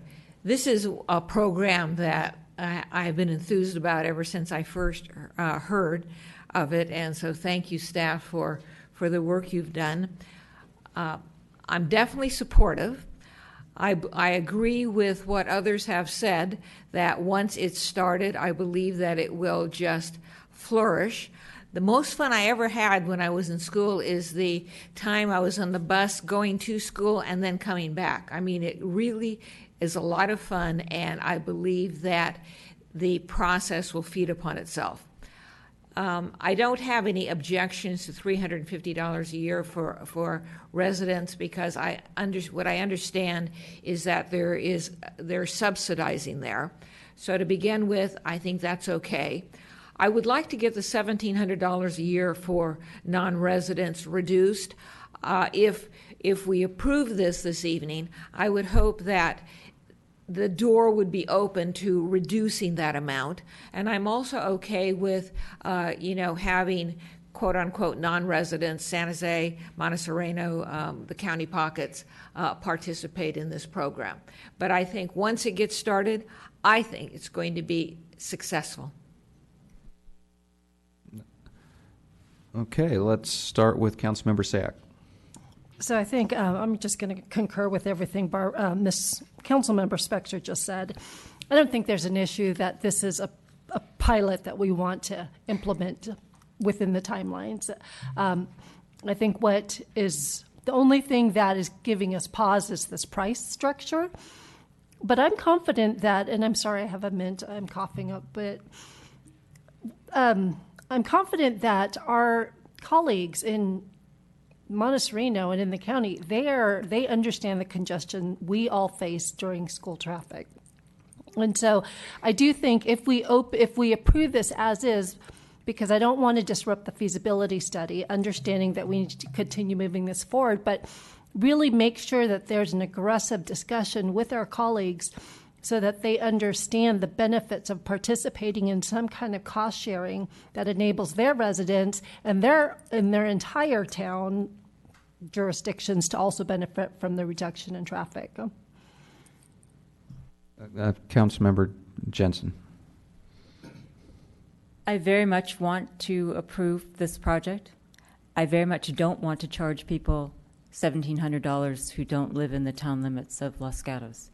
To my way of thinking, we are hopefully going to provide a program for school students to get on a bus and go to school, no matter where they start up. And if you look at the map that we had, if we cut out Cherry Blossom, Englewood, the streets off Shannon, for those kids that are going to Blossom Hill and Fisher, we have immediately reduced the likelihood that people are going to get on the bus. We're talking about a price structure where somebody on a different street, 500 feet away, you could throw a rock at it, pays almost 5 times more for that service. And to me, the goal is, let's get buses, let's get people to ride them, let's get them to school. And it is fun to ride a bus. I used to ride a bus to school, and so the 1 block of 3 blocks is kind of a joke to me, because I got off the bus and I climbed up this 80% grade hill for a half mile. So I think that they will ride the bus, and people protest at the start. We saw it with Hillbrook requiring the buses. People didn't want to get on it. They argued. They did this and that. And then when they figured out that they could go put their child on the bus and it was all fine and they'd get there, it was great. So I would hate for us to start a pilot and discourage a good number of people that are attending those schools not to do it because we're charging them 5 times more. It's just unfair.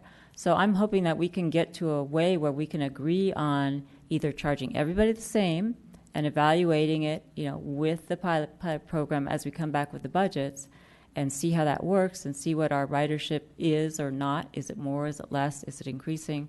But if I were the person who lived on Bruce Avenue and my kid was going to Dave's and Bruce Avenue is not in the town, and you told me you're paying $1,700 and the person who lives down the block from you is paying $350, I would throw an egg at the bus. Well, I wouldn't do that, but I wouldn't do that. I wouldn't encourage it, but I wouldn't be very enthusiastic about it, given that it seems just so unfair. I get the cost recovery, but if there's a discussion where we can get grants and inclusivity and regionalism, we should do that rather than penalizing somebody. And we just did the Youth Commission tonight, and the Policy Committee spent a lot of effort and time in figuring out who can be on the Youth Commission.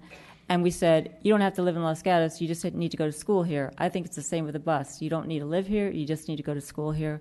So please let's do the bus, and please let's charge people an amount that gets them on the bus and not be discriminatory. Vice Mayor Leonardis. Thank you, Mayor Rennie. I will spare the audience my school bus stories from 1978, going down the road in a very hot, rusty bus. You couldn't even open the windows in Cocoa Beach, Florida.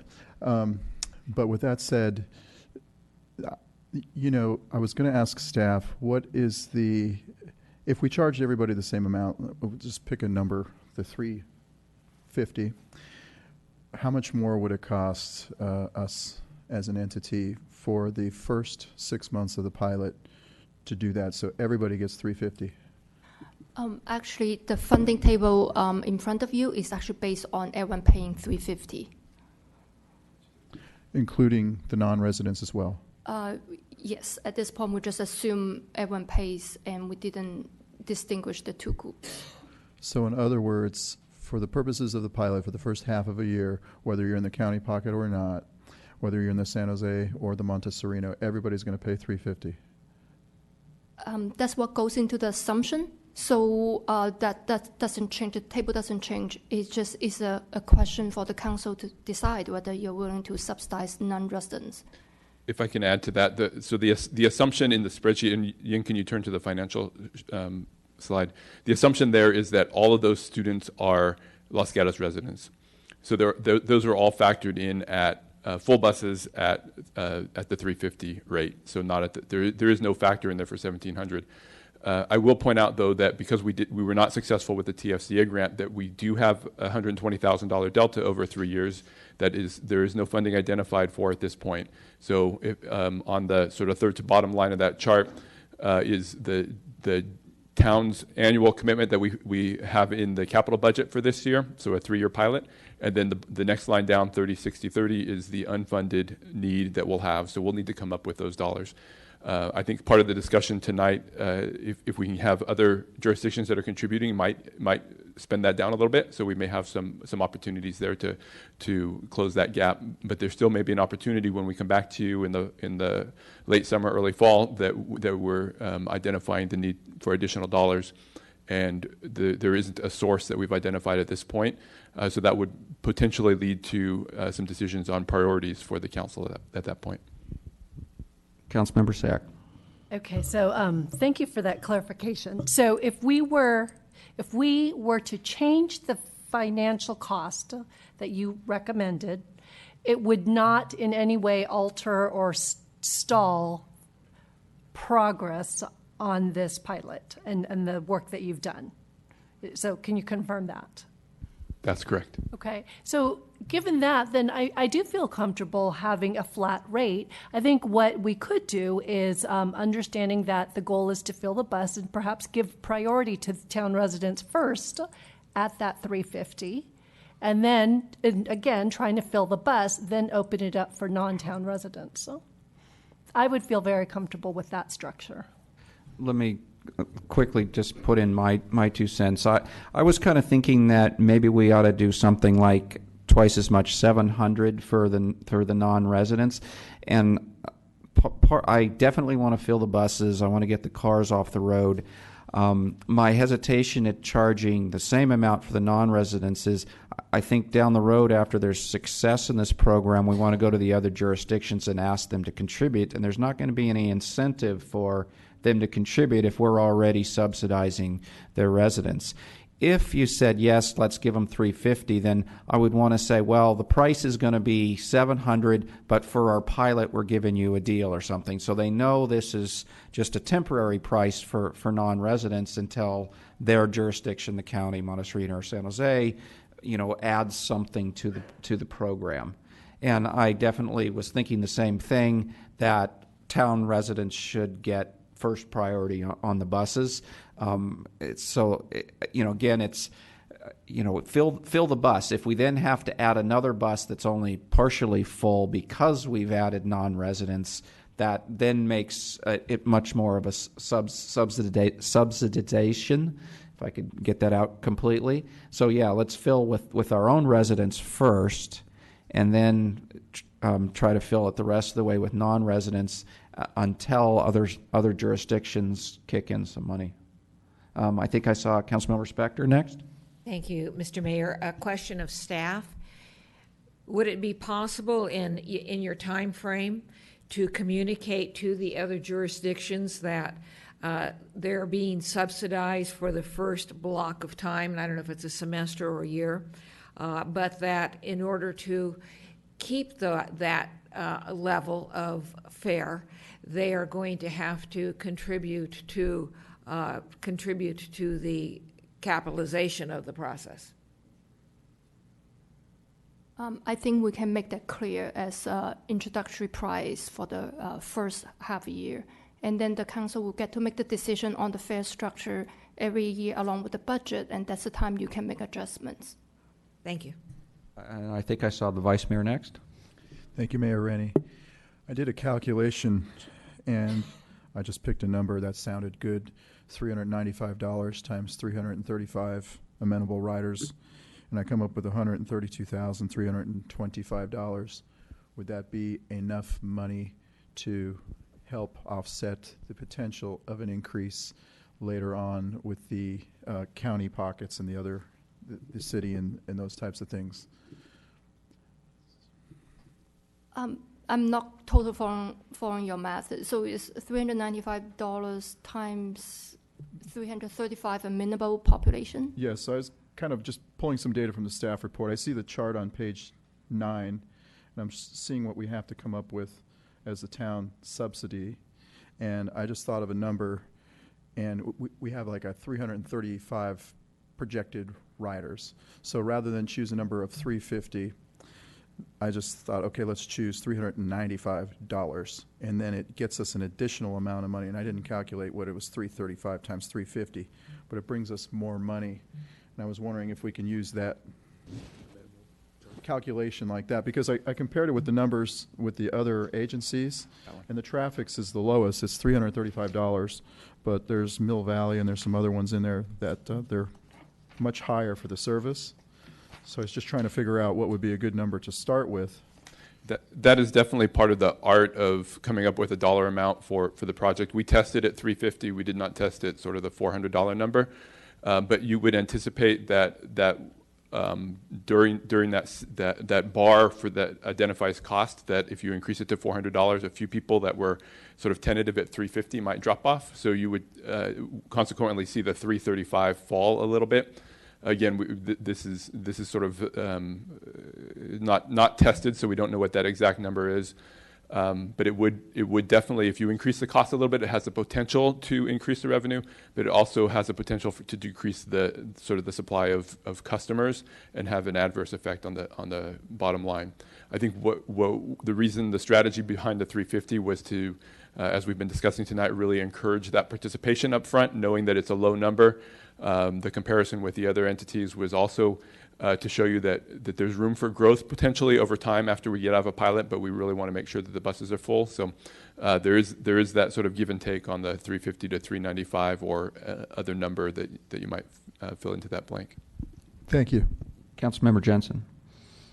2 questions, just to make sure that the chart that you were showing us with the line item budgets, that is using a $350 fare. It doesn't have anything to do with $1,700. $1,700 was thrown out for the council to consider, correct? Yes, okay. Correct.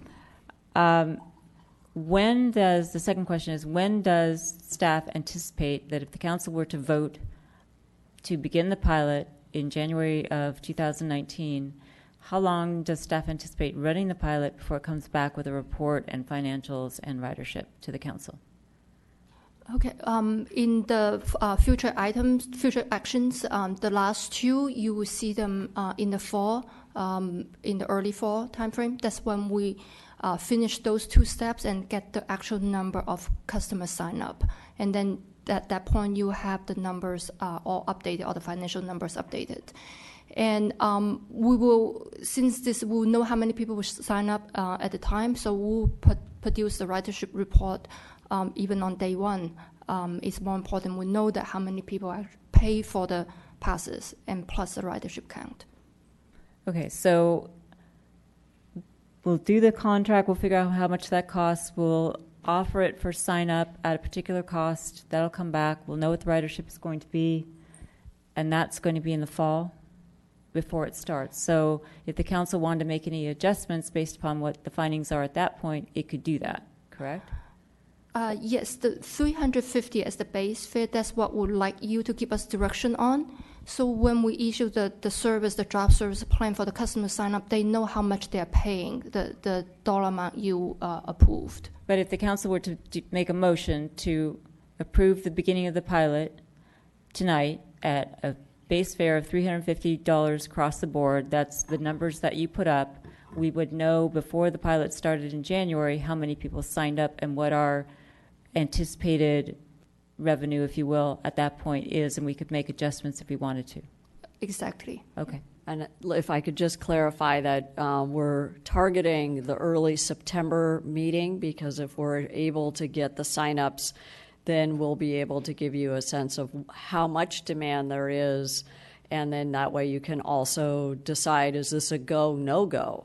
If so, even with the lower price point, if we don't get the signups, council may have other directions, so that way we can refine the pilot and then get it going really for the fall of 19. But to your point about metrics, I think we're going to be measuring this all along the way. So if we get the go-ahead and the numbers look great in September, that we've got all the signups maximized, we'll start the pilot in January. We're still going to have a lot of steps. We'll probably want to touch base with you before the budget hearings, so that way you have a sense of, are the riders staying with the program? Are other families inquiring? We might want to think about how we're going to handle the signups for the fall. Do we want to do a spring recruitment? So that way we can even do better planning for the next academic year. So you will be getting metrics prior to the budget, and hopefully we'll also have progress on our work with cost sharing with our neighboring jurisdictions. Go ahead, Councilmember Jensen. It's kind of a follow-up question and potentially a motion. If I understand the process of what the council is being asked to do tonight, based upon, Ms. Pravetti, your discussion just now, you really just want the go-ahead on this to go and figure out the metrics, to start the campaign, to do the service contract, and to get the signups, and then come back to us and report. So we can make adjustments based on that, but really what you want us to do is say, okay, tonight, correct? Yes, Okay. we recognize that there's a significant subsidy, but again, we feel it's best to let's try it and see how it works, bring along some other partners along the way. Once we've signed people up, I think it's going to be challenging to change price after that point, but if it is the will of the council in September, we will look at what those options are, but I think we would want to really kind of lock in those contracts so we know what kind of revenue we're going to be dealing with to pay the service contract. But then we will be back to you in the spring with real metrics. Okay. So if I may, I was going to try a motion. Given that understanding, my motion would be that the council authorize staff to proceed with the school bus pilot program targeting a January 2019 date, using the targets that are on the slide here for the timing. Do it at a price point for all riders at $350, with the idea that the more people that sign up, the better, at least initially, and we can look at what those numbers are. That we also add to the programming for this discussions with those jurisdictions that send students to our schools, Montecito, San Jose, County Pocket. So all of those entities, and that we discuss with them subsidizing this program in whatever amount, that we also investigate with MTC, VTA, Measure B, etc., what our eligibility for grant funding is, whether that's enhanced by a single price point for all students, whether inclusivity makes a difference, whether regionalism makes a difference, in that we could potentially get more cars off the street if we include more riders. So really, that discussion is part of the motion to make sure that those discussions and that investigation is going on, so that when these service contracts and ridership and signups get into place, that the council can fully evaluate what this program potentially looks like. But my motion is essentially to say, yes, please get started at the 350 base rate. Do I have a seconder? Councilmember Sack? So I'll second the motion. Okay, I would request a friendly amendment. I'd like to give priority to Los Gatos residents. I didn't hear you mention that. That's because I didn't mention it, and I don't wish to do that. I want to give priority to school students. Okay.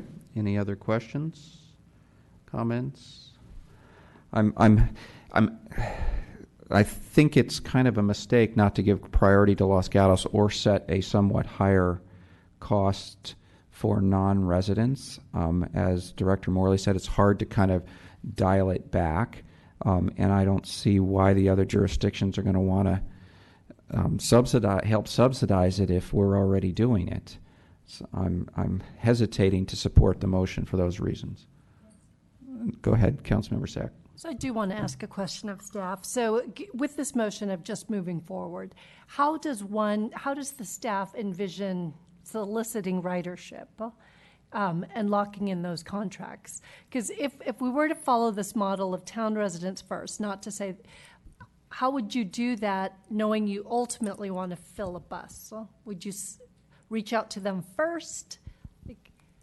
So we'll be tracking. We'll be reaching out concurrently because of the time frame. So we don't have ability. I don't think to do it in a phased way.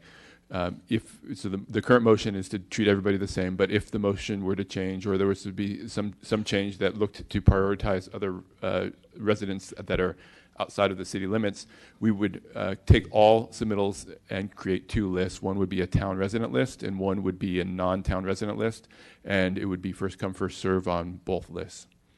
So first fill the buses with town residents. If there's open spaces, then the non-residents. However, the current motion has us treating everybody equally, so it will be one list created, and everybody would be treated first come, first serve. Please go ahead. So my follow-up, remind me again, how many seats on the bus? 65. So the maximum is 72 for elementary school students, and we use 65 as the 90%. Okay, so what happens when we get 73 applications? I understand it's a first come, first serve. Then we have unmet demand. And then, okay. And so what, in your feasibility analysis, what is the minimum number of students necessary to break even on another bus?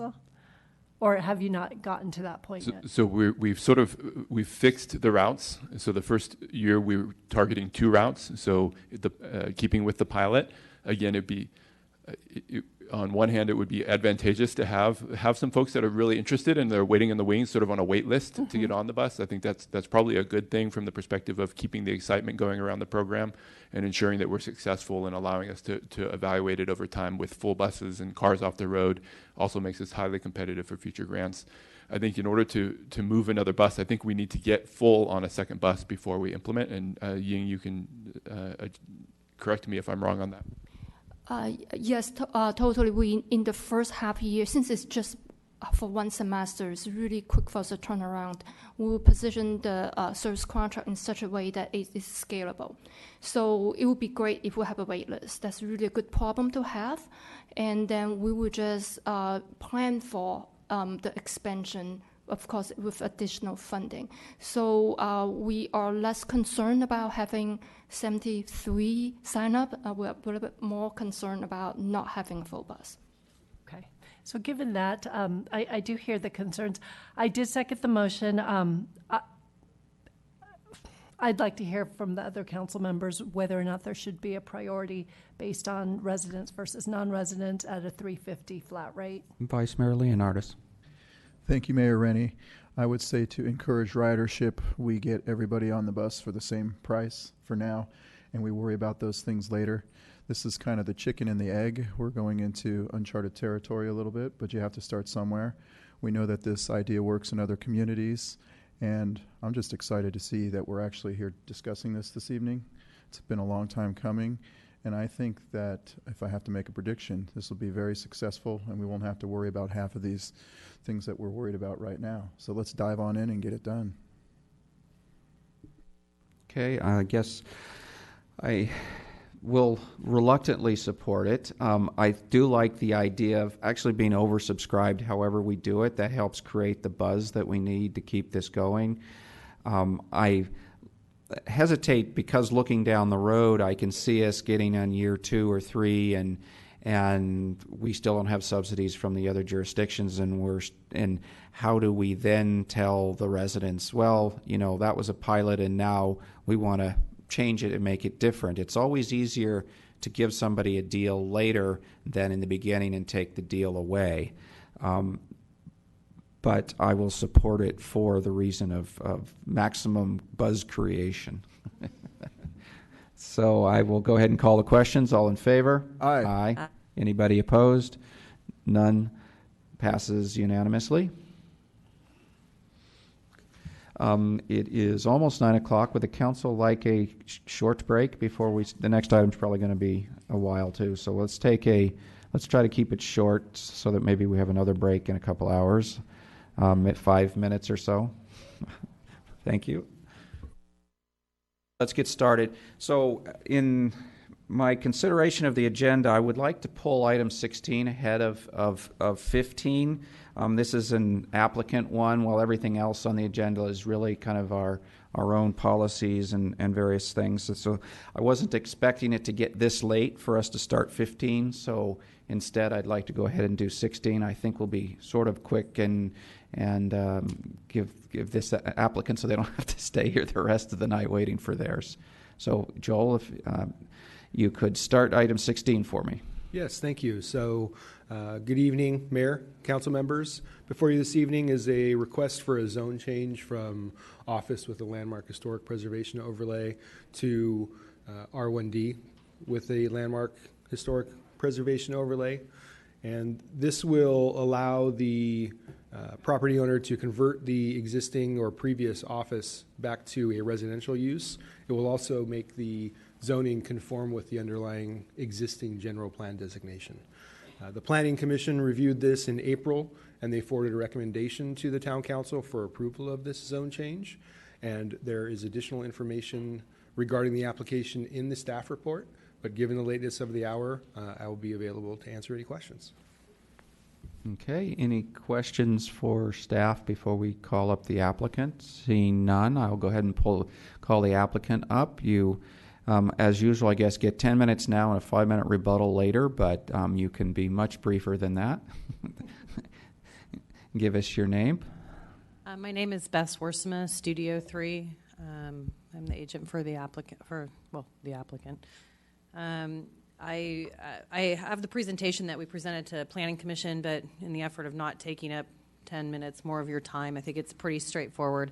The application is to return what was originally a residential property back into a single-family home, not divided out any different than that. I don't know if any of you got a chance to go to the property, but you can see that it looks like an old house downtown that's been a little bit bastardized with some of the office conversion work on it.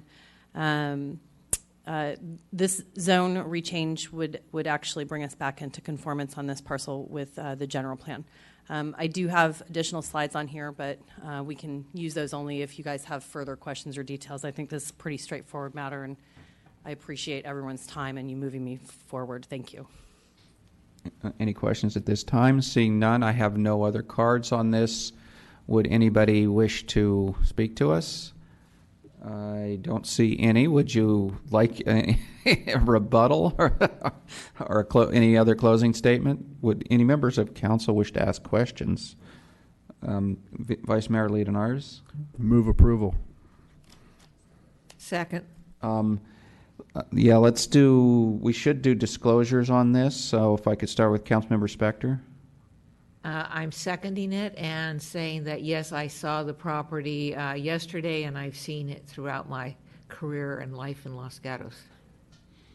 Okay, no disclosures. I did visit the property location. Vice Mayor Leonardes? Every time I come out of the wrong way of Bank of America, I look at that property. Councilmember Jensen? Yes, I visited the property. Okay, so I have a motion, and I think I had a second. And that motion would be for introduction of the ordinance by title only and to be read by the clerk. That is correct. Correct. And would anybody like to make any comments? I guess I would like to make some comments. I thought about this, and I realized it was a residence, but when I go look at the property, from the windows of this house, you can see the old bar, CB Hannigan's, assuming there may be a new bar. You can see the parking lot. It looks right into the parking lot of Bank of America. You can see the Cafe Los Gatos, Los Gatos Cafe. And so my hesitation is, I really like this as an office because it's kind of a buffer between the residential area and the more vibrant commercial district. We've seen residents that live 3 blocks off the main drag complain about, there's too much noise, there's too much going on. The person that buys this I'm worried they're gonna move in and say, well, wait a minute, it's too noisy here. Stop doing X or Y, and I feel like it's almost endangering the commercial district.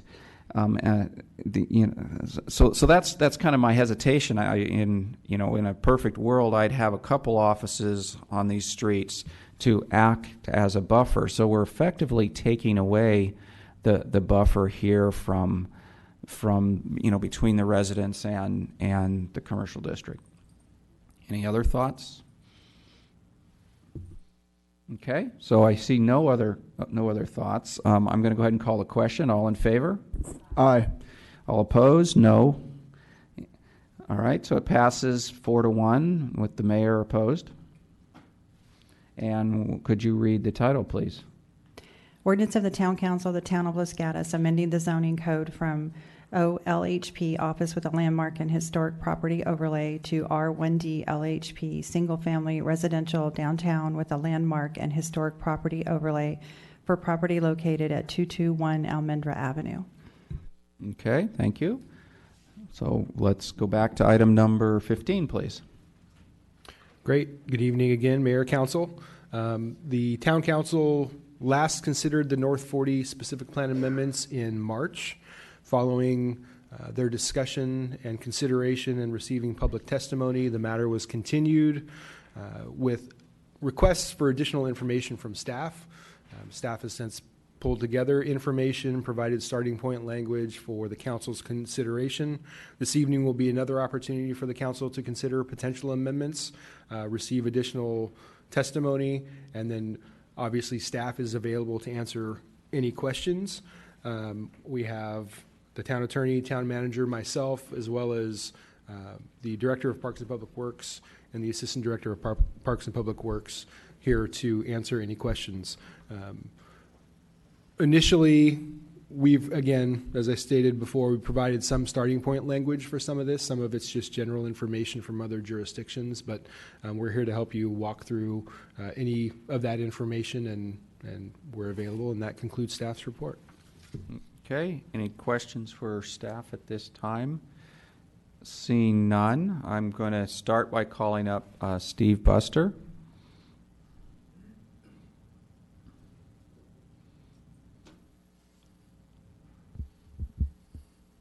I'm going to make this really fast because I know I only have 3 minutes here. Good evening, Mayor Rennie, members of the council. Steve Buster, I'm Senior Vice President of Development for Grosvenor Americas. We wanted to quickly just go through some of the community input that I know we've all heard over the last few months. First of all, there's general consensus that the community would like to see a hotel on phase 2, and this is a good location for that. There's a preference for lower traffic generating uses. We've heard that as well. Preservation of downtown was an important issue for a lot of tenants and owners of buildings downtown. And so they suggested reducing the commercial square footage at North 40 Phase 2. There's a desire for specific housing types, millennial housing and move-down housing. We've heard that from some residents. And a willingness to negotiate, for example, adding more height in exchange for open space. We've heard that as well, which is great. Over the last couple months, while we've been listening to feedback from the community, we've gone out and had a lot of conversations. For instance, Grosvenor's not an expert in hotel development, so we talked to hotel developers. So with regard to the hotel, talking to them, it is a feasible use here. However, they all said that that use needs to be subsidized by higher land values, such as residential. It is feasible here with subsidies. Office uses are, we don't have the height or scale that we really need to attract some of these bigger users that are out there that I'm sure some of you have heard about. We are limited in the specific plan for height and traffic trip generation. A large retail commercial project is potentially still feasible here, even with the changes to retail. Millennial housing and move-down housing, we really, really need 55 feet in some locations to make that product type feasible. So the 35-foot high limits is hurting the feasibility of that. And so based on this community input that we've gotten, based on the market feedback that we've gotten, we put together some conceptual drawings for you. Again, these are very conceptual, but they'll give us an idea of what we're looking at. So this is a plan that shows 294 units, which is consistent with our environmentally preferred alternative. But this plan here is also consistent with the 35-foot height limit in the specific plan, and they're not really feasible at this height. It has a hotel, a town square, and some retail. This plan we did to show what it would look like if we had 55 feet in height. We got a multi-purpose field here, same number of units, 294 units. We were able to add more open space, retail around the town square, and a hotel. This is what it looks like as a combined plan, which just starts getting very interesting in the core here with the market hall. Our recommendation would be to amend the specific plan for 294 units, add some height, and give us a chance to put an application together. I don't want to spend a ton of time and money on this without knowing that this is the direction that you guys want to head. So, all right, that's let's it. see if you have any questions. Councilmember Sack. Since you went through that fairly quickly, can you show us the two options that you just... Sure, of course, yeah. And okay, so walk me through what I'm looking at. Okay, so this is the North 40 Phase 2 area. We site plan. I do have our architect here as well as Don Capobres, which can speak, if we have questions, we can dive into this. But this shows housing compliant with the specific plan height limits, so 35 feet. Which is not feasible financially, but we wanted to show you what it looked like on a site plan. This site plan is 294 units. That is the amount of units remaining with a density bonus in the environmentally preferred alternative. That's how you get to 294. We have a hotel here, which is about 82,000 square feet. This is compliant with the plan as well, at 45 feet in height. We have a town square, which is consistent in scale with the downtown park near the post office. And here's the about 25,000 square feet of neighborhood retail. If you exchange height for more open space, we went to this plan. These buildings now, millennial housing and move-down housing, are feasible financially. We can go up to 55 feet in some locations for elevators and that type of thing.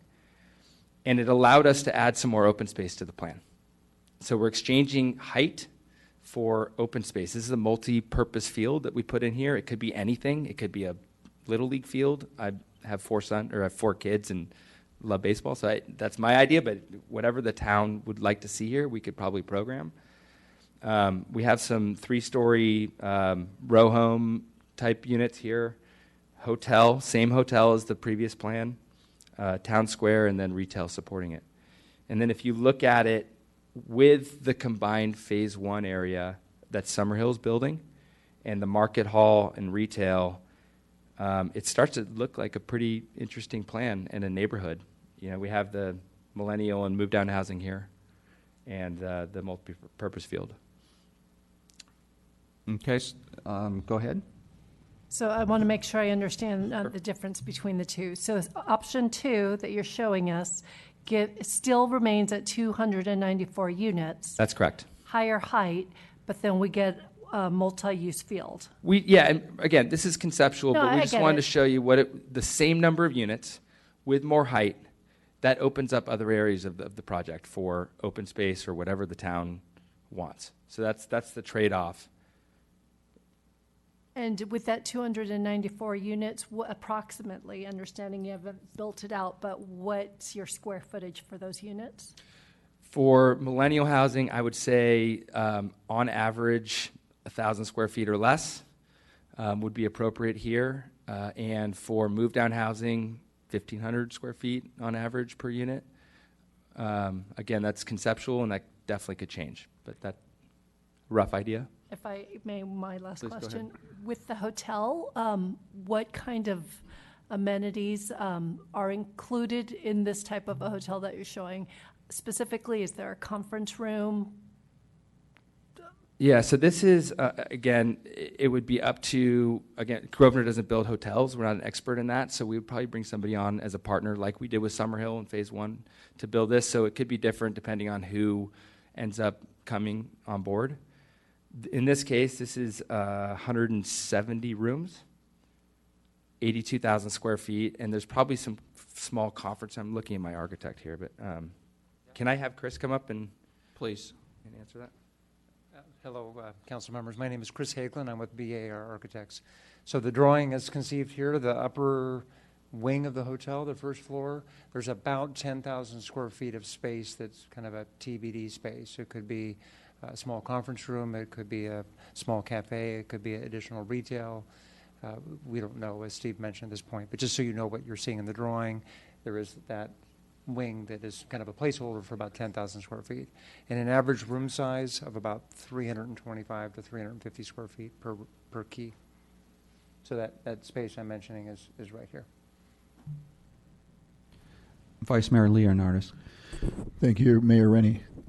Looking at your diagram, what is the size of that green area, the open space, the sports field, whatever we'll call it? This is about 1.5 acres. Okay. This, along with this area here. Now, previously from our meetings, is that where the barn sits out in that corner? No. Okay. I'm in the wrong. Okay. Never mind about that question. And then on the 55-foot height, is that inclusive of the elevator returns and the roof screening? And Yeah, that would give us the flexibility to have elevators up to that height. Not the entire structure would be at 55 feet, but it'd be 4-story residential. We do have some pictures we could show you, some images that are in this presentation. I just didn't have time to show you, but we could show you some if you'd like. But 4 stories with some places that would exceed 50 feet for elevators and that kind of thing. Go ahead. And then the height of the hotel is also 55? It's actually 45 feet, which is compliant with the specific plan. Okay. Yes, I'd be interested in seeing those images as well. Chris, do you want to go through these? Sure.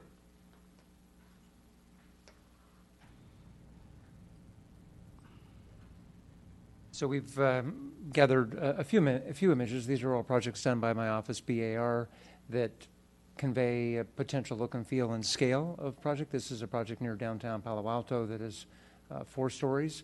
So that 55 height that Steve mentioned allows you to do slope roofs and have a little bit more kind of sculpting of the building as opposed to a 35 or 45 foot height. These are a project on the left is university housing at Stanford. The project on the right is a project in Foster City. The project on the left is in Palo Alto, 4-story. The project on the right is actually in Boulder, Colorado. But again, kind of showing you the sense of scale of these sorts of buildings of the approximately 4-story range.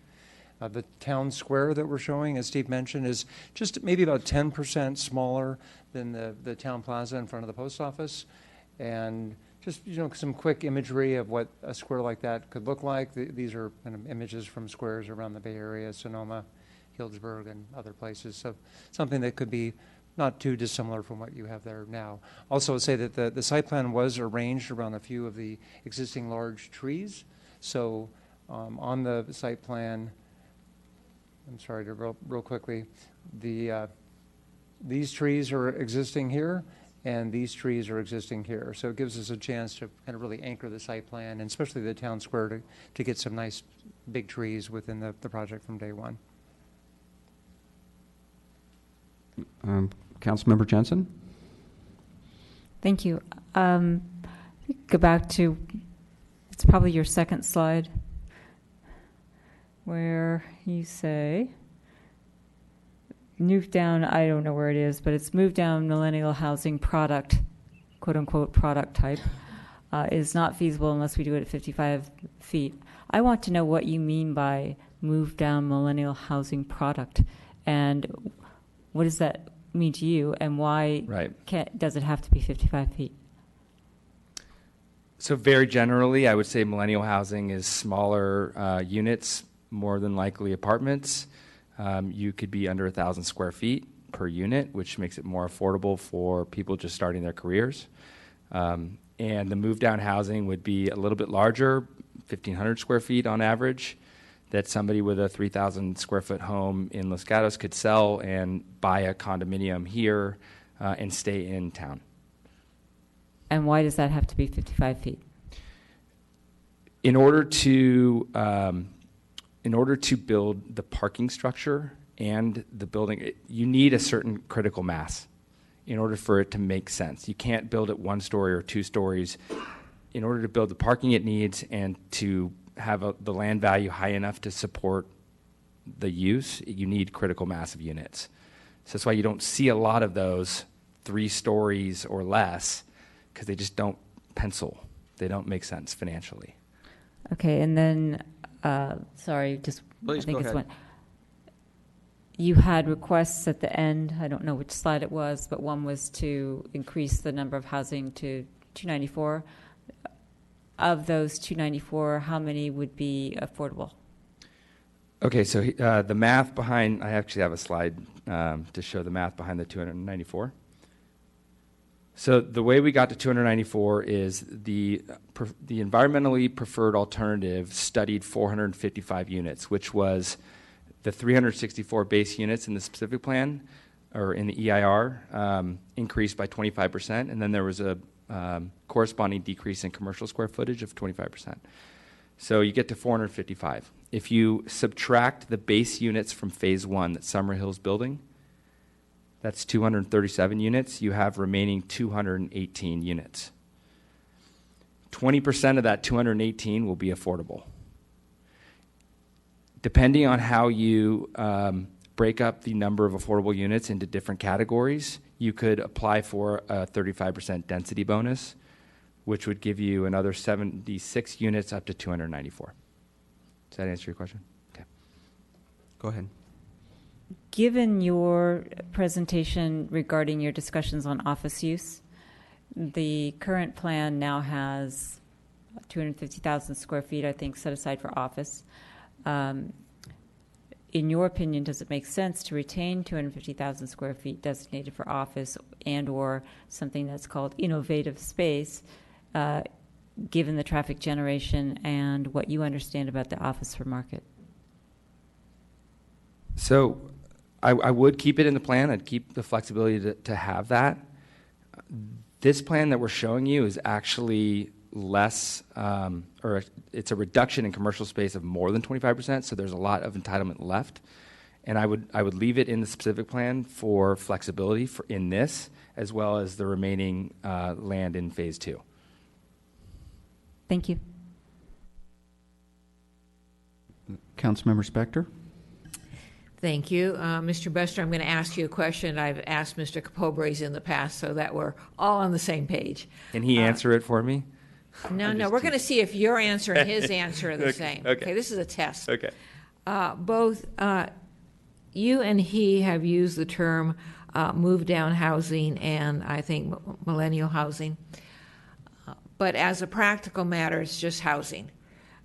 Because, first of all, with regard to the law, move-down housing normally refers to senior, and we can't do that. So you're going to have housing that, in your testimony, is something like 1,000 or less minimum to about 1,500 maximum. So it's going to be a certain size, and anybody can live in it. Yes, it is not restricted for age.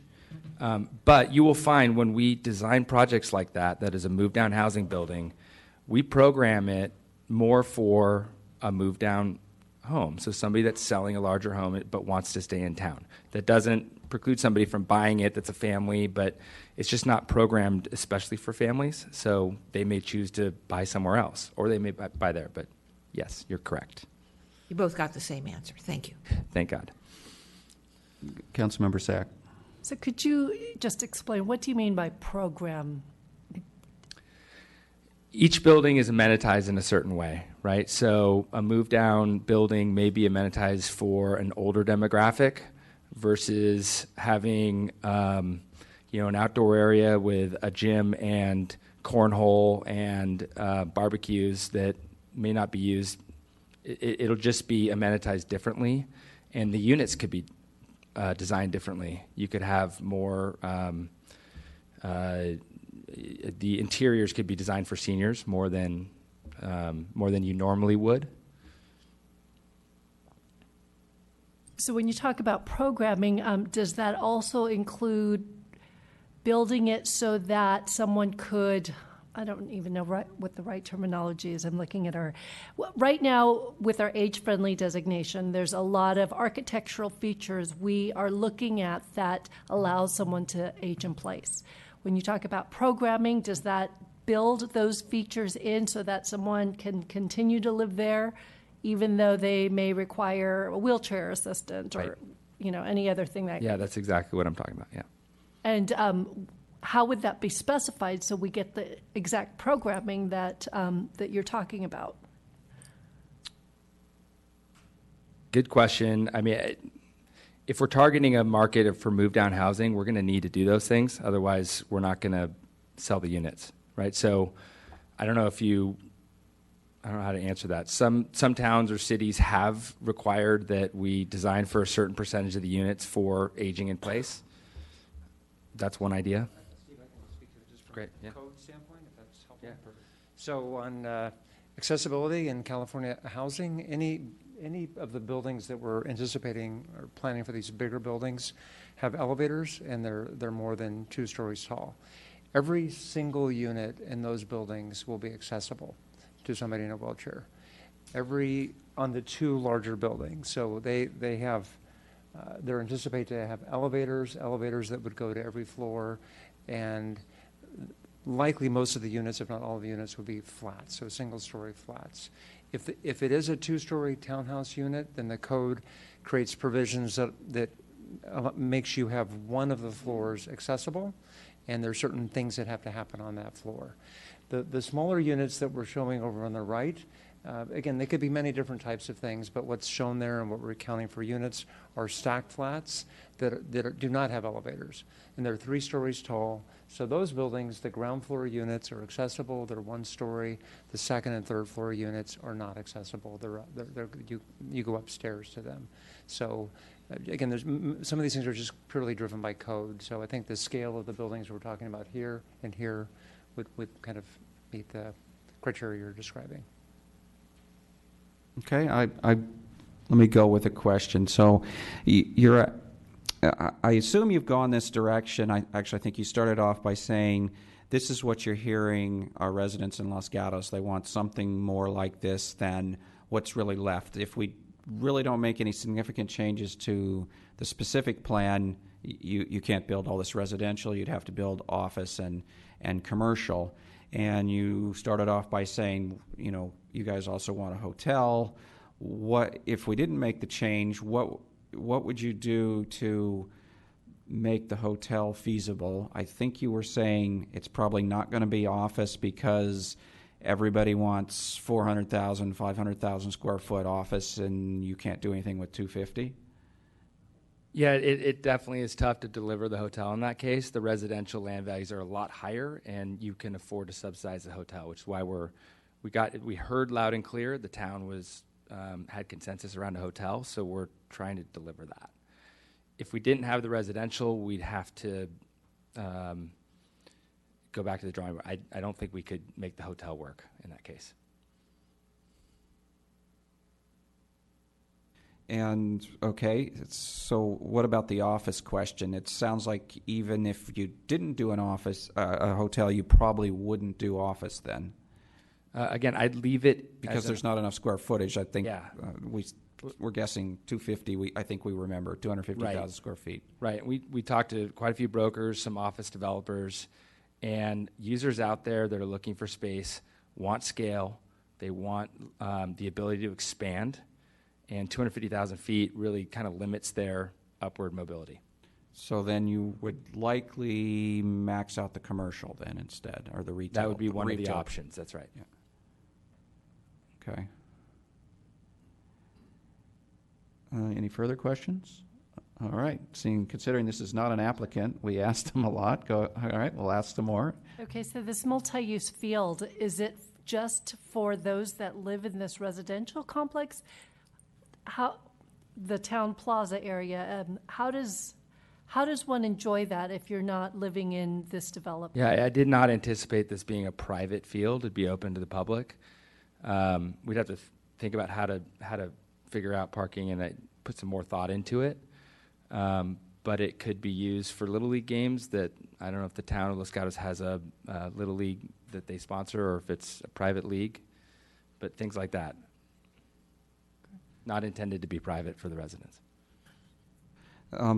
I'll ask another question. Would you be interested in entertaining development agreements in exchange for the height bonuses? As a condition of the height bonus, you'd have to enter in a development agreement so that we would have more input into what's there. Yeah, my hesitation is I don't want this dragging out for a year or two and spend a lot of time and effort and then find out at the end that we want to go in a different direction. I'd really like to understand where the town wants to go right now over the next few weeks, and then let us go have community meetings and spend some time, get consultants engaged, spend some money, and come up with a plan that works for everybody. I also suggest that we meet with staff after this, after getting your input, and we can figure out a plan forward. And if that's a development agreement to make sure that the town's comfortable, then we can definitely consider that. Okay, and I think part of the reason we might want to protect ourselves with, development agreement is because of the housing accountability laws. If we open it up to this much housing, you could do anything, and Right. and this would allow us to try to, put some more of our subjective desires into the project as part of the development agreement. Right. So I would suggest that maybe staff and us can meet and get attorneys involved to come up with a plan to make sure you're comfortable with the approach. Okay, thank you. Other questions? All right, well, thank you Thank for you your 3 very much. minutes. Thank you for your time. Next up, I have Diane Siemens.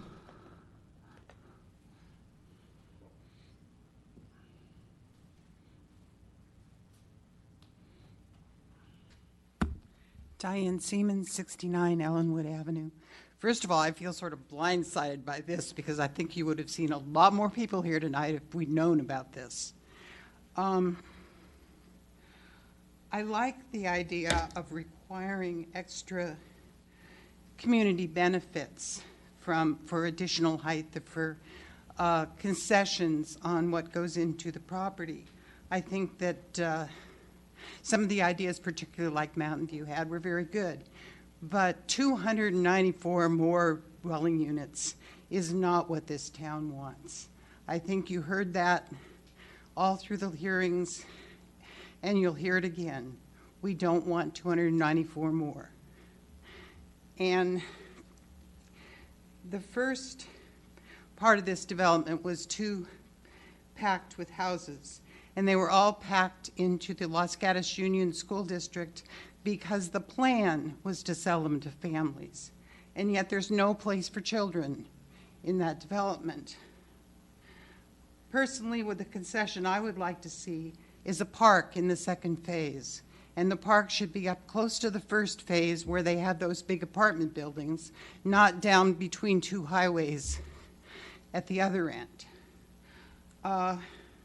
So I ask you to think very carefully about allowing Summerhill or Grosvenor or anyone else to go in there with a development this dense. The town is not going to like it. 94 was a real good idea. Thank you. Okay, I have no more no questions. See none. Okay, I have no more cards. Would anybody else wish to speak to us? Can't believe there's nobody else that wants to speak to us. Okay, if I ask long enough, I get somebody. Please give me your name. Hi, Carol Graham. I live on 125 Vineyard Court, and actually I didn't know this was on the agenda. This is very interesting to see the development here, but I concur that we need a little more open space, particularly if we allow them to go up. We need that open space. We need the place for people and kids to play. I like the idea of having a field for soccer. We're drastically short on fields for soccer, but something like this, I look at it, I see high density, I see a problem for parking. And I fear that going with something like this, as they try to squeeze in the parking, they're going to start taking that out of that open space to allow for parking. When you've got a field of that size and you've got that many people there, you've got a hotel, you've got shopping, I did not see an adequate accommodation for the cars that this will be bringing in. I heard, yeah, we'll have to figure that out. But in the figuring it out, I'm afraid that we would be giving up some of that open space. So that is just my thoughts. Okay, questions? Seeing none, I have Pete Siemens coming forward.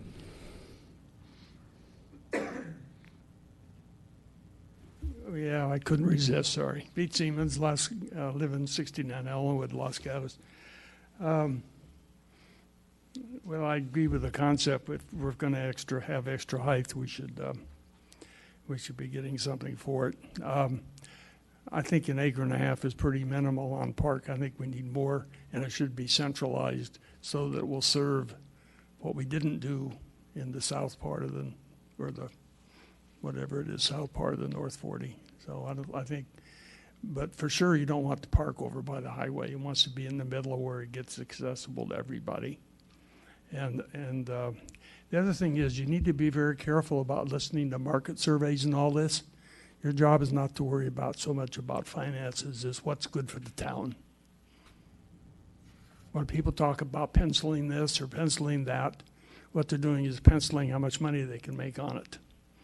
And I suppose, having been where you are for a while, you kind of realize that, but I just like to re-emphasize it. So again, I'm interested in park, more of it in the middle of the project and not right next to the highway. And we maybe have at odds about housing. I would prefer housing over commercial because commercial is what's going to drag the traffic. So, any case, any questions? Otherwise, Looks like we have a question from Vice Mayor Leonardis. Thank you, Mayor Rennie. Mr. Siemens, you said you'd prefer to see more open space. They're proposing an acre and a half. Right. What do you think would be adequate? Well, I'm not exactly sure. I'm thinking about the park near me, and it's just Bachman Park. I think it's probably an acre and a half. I'm not sure. That's about right. But I think more, at least double. And we had 40 acres. Certainly, I would have thought at least 10% ought to be, or more ought to be open space. And you really can't count, planter boxes and shrubbery and areas along sidewalks. That's nice greenery, but it's not open space. So open space is a place to throw a frisbee or, set up a baseball practice or do something. And I think a little more land would be more useful, particularly when you have 40 acres. And you add up, what could be as many as 500 dwelling units. I mean, that's way more than the number of houses in my immediate neighborhood that's served by Bachman Park. So I think we need to think about it more, but certainly it shouldn't be by the highway. And I think with that kind of, getting more open space for height, well, maybe, some of those things in Palo Alto look pretty good. I'm not sure I like 4 stories, but, we haven't got much more land left, and we probably need to supply and provide something. And so anyhow. Okay, any further, go ahead, follow-up question.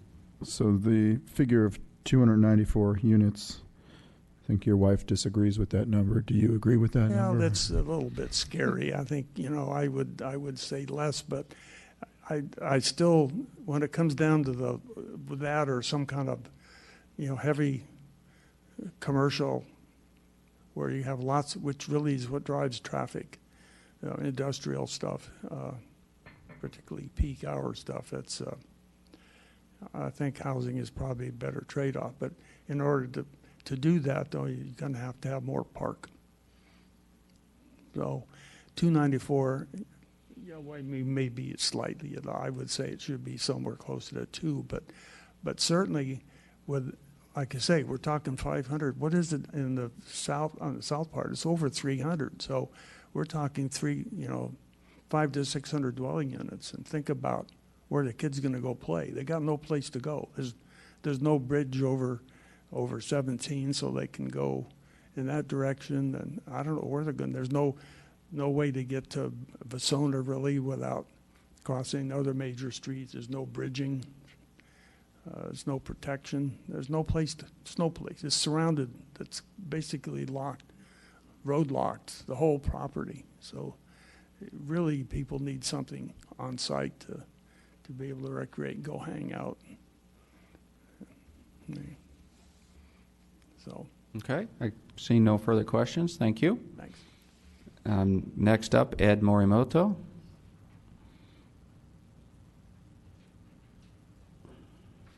Good evening. I was actually on the fence about speaking as well. Ed Morimoto, 460 Monterey Avenue. Time after time, I've been up here advocating the imperative for more housing, and so hopefully we will take serious consideration about switching to the environmentally preferred alternative under the EIR.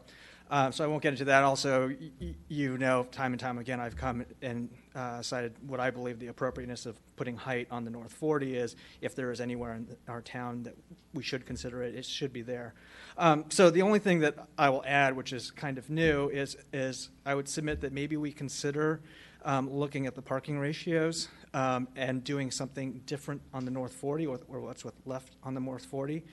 In favor of allowing for reduced amounts of parking, especially for residential.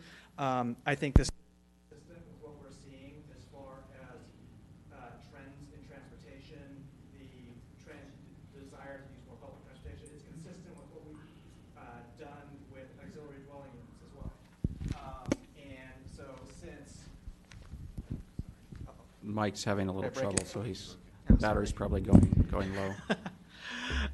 Since I know a big theme, and when we think about how do we make housing more affordable or more accessible to people, and we talk about the economic feasibility of building things, providing parking is a very big expense that contributes into development of housing. And so if we were even willing to modify those ratios a little, potentially it could allow for either more open space or the creation of more affordable or more accessible units.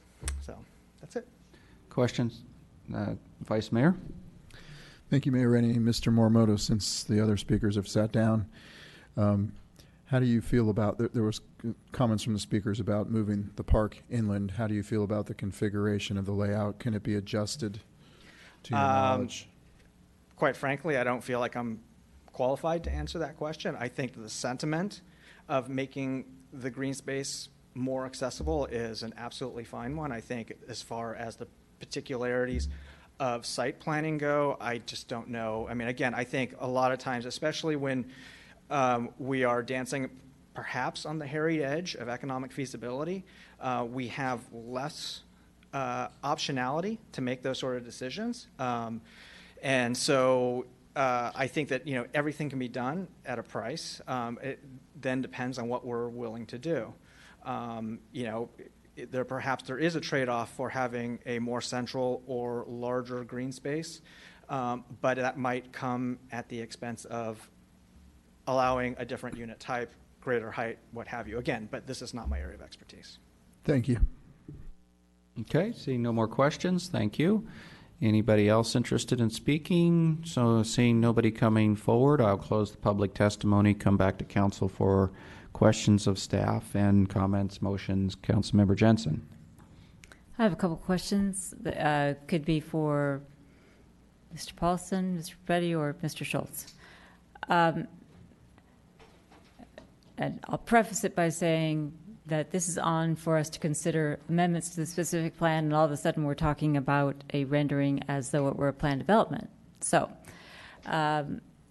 question is, with respect to any kind of park or open space as proposed by some of the speakers, the only way the town could get that would be through a development agreement, because as we learned from the earlier iteration on the other phase, the town has maxed out on what it can require for open space given its general plan. Is that right?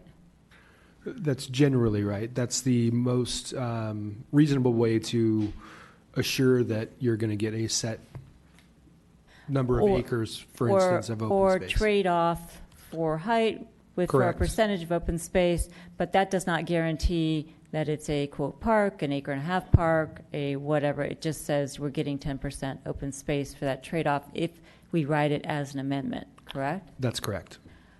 If the town, so if, as we now talk about this as though it's planned development, if the town were wanting to actually consider the various iterations that we've been presented with as a starting point, or consider them as a plan development or a basis for a development agreement, is there any point in amending the specific plan, or do you just do a development agreement? Well, I'll start, and I'm sure either the town manager or town attorney will have additional information. I think the specific plan would have to be amended because if you want to go down a different planning path, let's say you want to strip this potential plan development out of the specific plan area and allow it to develop separately, then we have to change the specific plan because you no longer have a specific plan that covers what was previously the entire North 40. So we have to come back and do a zone change, potentially a general plan amendment. And so the specific plan would have to be amended going down that path. From my perspective, the simpler option is to, if you want to be able to consider that type of development or other developments, is to provide additional flexibility in the specific plan and then evaluate the applications when they come forward. But you have multiple options. You could go down either path, but either path would require a specific plan amendment. Mm-hmm. And let me just add, from the context of planning for the entire North 40, we would strongly recommend that we would amend the specific plan so that way the integrity of planning this entire area still holds together. Some of the details of what would happen with future applications would be negotiated through the development agreement, so you would have that option to you, but at least you would know what are the development parameters, and the public would also then know what are the development parameters, and that's very important because development agreements can take a lot of different shape, but I think setting those rules up front in terms of what are the trade-offs, if there's more height, then what kind of open space, and setting those policies would be very helpful because that way you're not starting at square zero in your development agreement. Well, let me follow up on that. My proposal wasn't necessarily scrapping the specific plan altogether, but we started out, we have a specific plan in place. It allows for much of the things that we are now talking about. So what my question really is there, if that existing specific plan without amendments stays in place, absent some action of the council to amend it, it stays in place for other property owners. It stays in place for potential development on this property. However, if we did not amend it to say, a trade-off for whatever, those things could happen in the context of a development agreement. Am I right or wrong about that? Well, I think then you're talking about sequencing. So let's say council says, okay, we've thought about specific plan amendments. Maybe at this point we do not want to amend the specific plan. The moratorium goes away. Instead, the council says we're open to negotiating a development agreement, and as part of that package, then you would have general plan amendment, specific plan amendment, zone change, development agreement. So you would essentially bring back for full public hearing an entire package, and that's when you would consider specific plan amendments. Okay, so my final question is, since the gentleman from Grosvenor says that he wants to know what the town is going to do in 2 to 3 weeks, which is highly ambitious, but I admire his ambition. And he wants,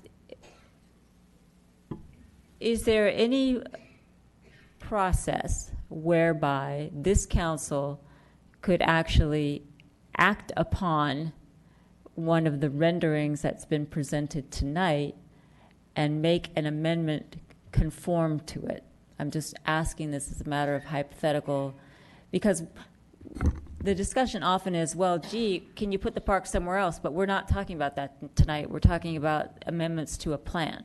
So if the council really wanted to talk about, can you put the park somewhere else, is there any kind of process for doing that, for considering the renderings that we've gotten tonight? Well, I'll start by saying that's the first time staff's seen those renderings, so we have not had any time to really analyze them above and beyond them being flashed on the screen. I think staff would need to, and we probably would look to the developer, frankly, to hear what's been said tonight and what will continue to be said, and whether that's continuing it to the next meeting in June or continuing it to the first meeting in August to have a more fleshed out discussion of that concept. I think the challenge gets to be it starts blurring the lines. You're using that conceptual plan to inform the specific plan amendments, but so I'd look to the town attorney to see if there's any concerns on that front. No, I think Joel and Laurel have answered it. I kind of look at it more from a big picture standpoint too. There's some big picture issues here that I think you still have to deal with it, and you've talked about it. And one is allowing for additional height for a public benefit, whether that be a park or other amenities, and you know, giving direction on that. Now the new one that really just is propped up tonight is really changing the focus from the commercial office and doing more residential. So that's a different change, at least in my mind, than I've heard in previous. There might have been a little discussion on it, but now it's really come forward by the applicant. But there's always been this talk about if you can do a hotel, we'll give height variances for public benefits. Now they're looking for a height addition for residential even, and that's never been discussed by you. So I think those are the discussions you need to have if you want to finalize the specific plan. But again, it can be done at the exact same time. If you want to give direction to staff to sit down and look at that plan and exactly what that plan would entail as far as specific plan amendments, so it would fit within that, we could do that also. Okay, thank you for answering my question. I'm not suggesting that that's necessarily the route that we should take, because I've always looked at it as a document question, but I'm listening to fellow council people who are looking at it in a different way. So could I ask a question about what is the public process involved with us developing a development agreement? When does the public give input in that process? Because an agreement sounds like a contract we do in closed session, but I would want to be able to get public input along the way. So how would that work?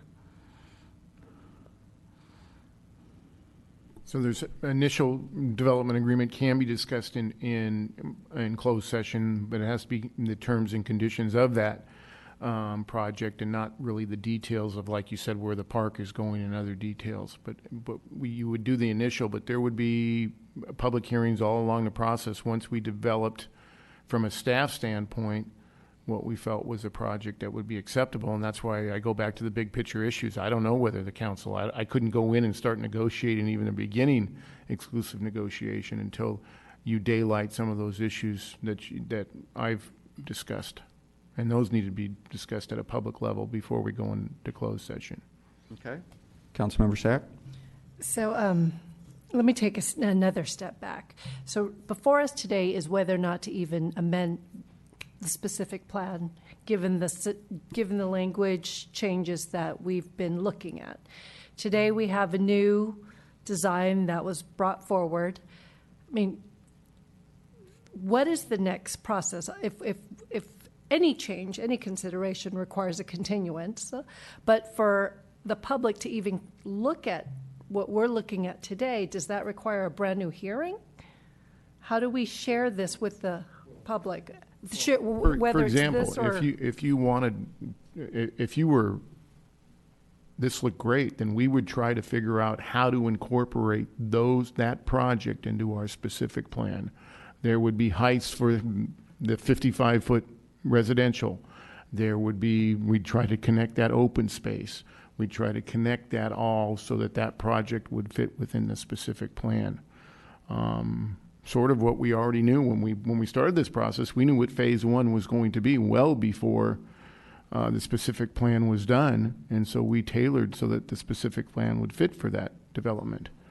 And so that's what you would be looking at for staff to do, is to do that analysis of the project, and Joel can correct me if I'm wrong, and looking at where changes in the specific plan, and then we'd bring those back to you.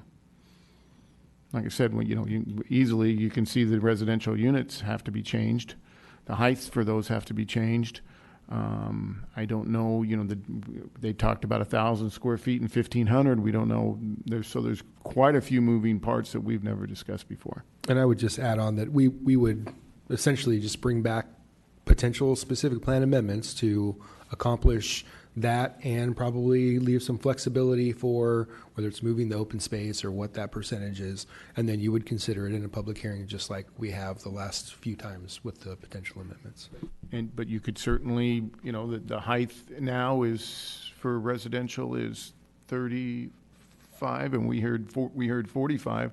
But for that extra 55, for that extra square footage is where we would need to know exactly how much park. You've heard an acre, but you've also heard that's not enough. There's nothing that says you can't say it has to be 2 acres. Go ahead, Councilmember Spector. Thank you, Mr. Mayor. I want to talk about process. I actually, I was asleep at the wheel. I actually, up until last night, thought I was coming to a meeting tonight where there was not going to be public input on this agenda item. I thought that the public testimony had been closed.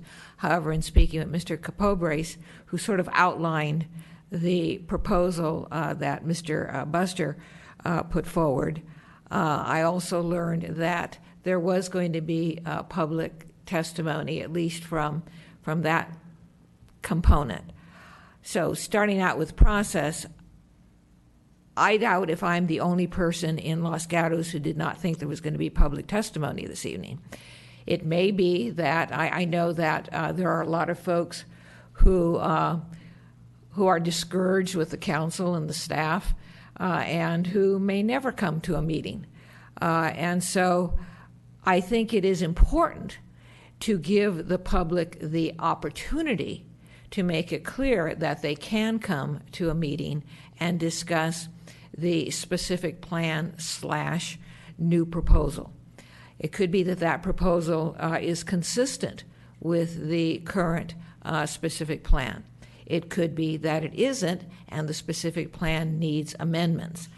But I believe that all of that needs to be daylighted, it needs to be publicized, and the public needs to have the opportunity to weigh in. Is that a question or just a statement? I thought it was a question for staff. Well, it is. Don't you agree with me, staff?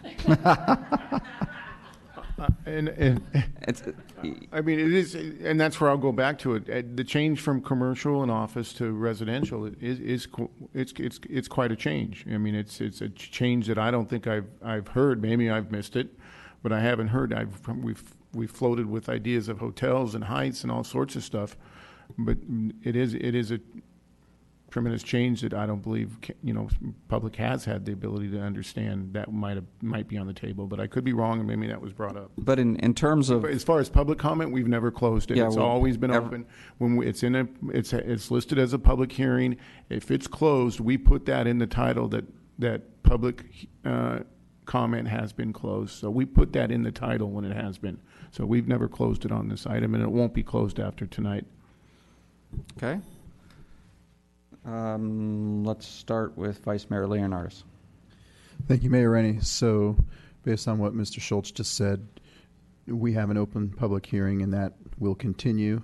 So, if the council direction this evening were to say, let's continue this item, then the public would be able to weigh in on the residential versus the office that was originally proposed, the potential size of the sports field versus the height, et cetera, et cetera.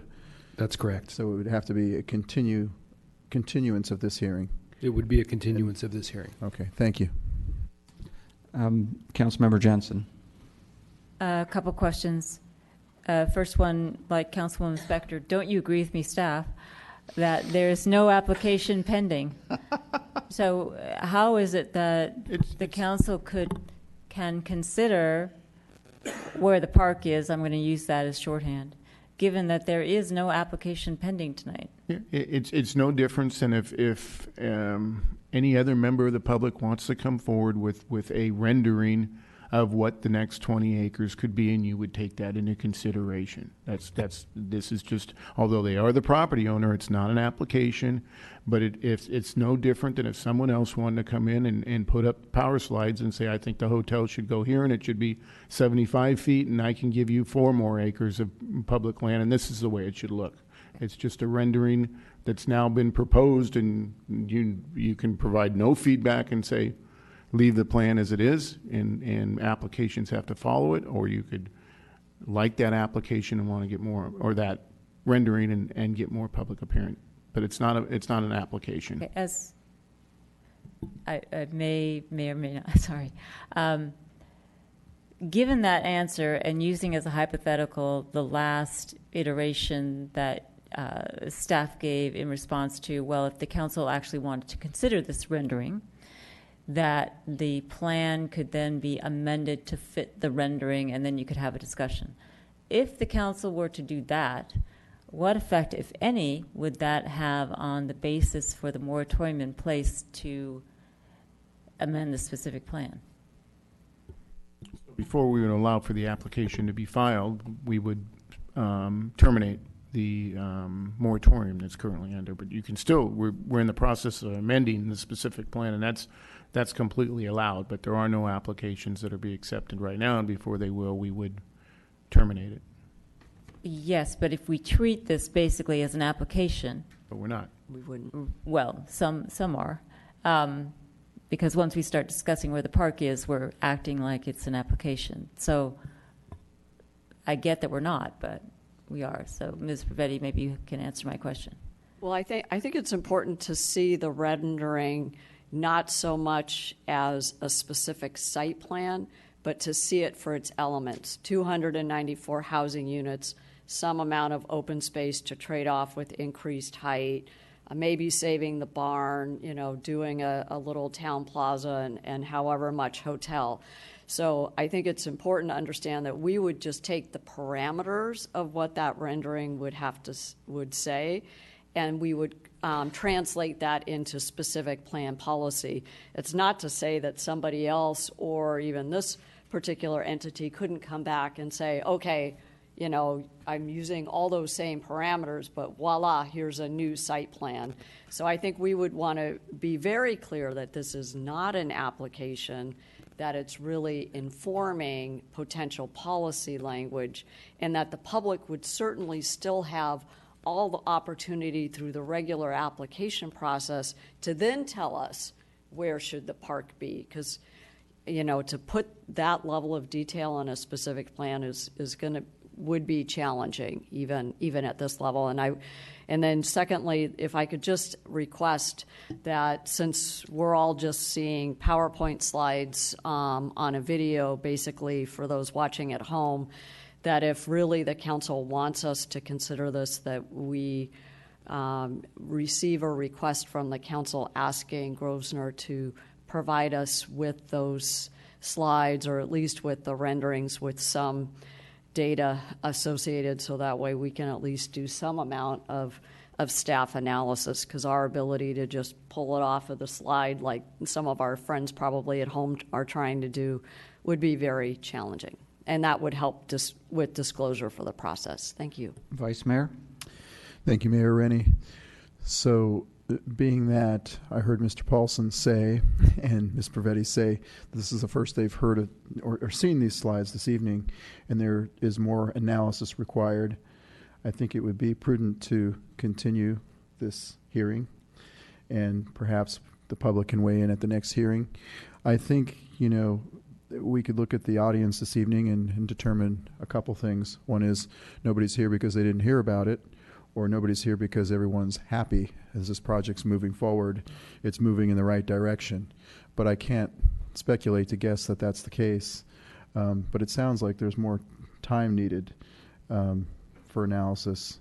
So I go ahead and make a motion that we continue this to a date certain and have let the public weigh in and let staff do their analysis.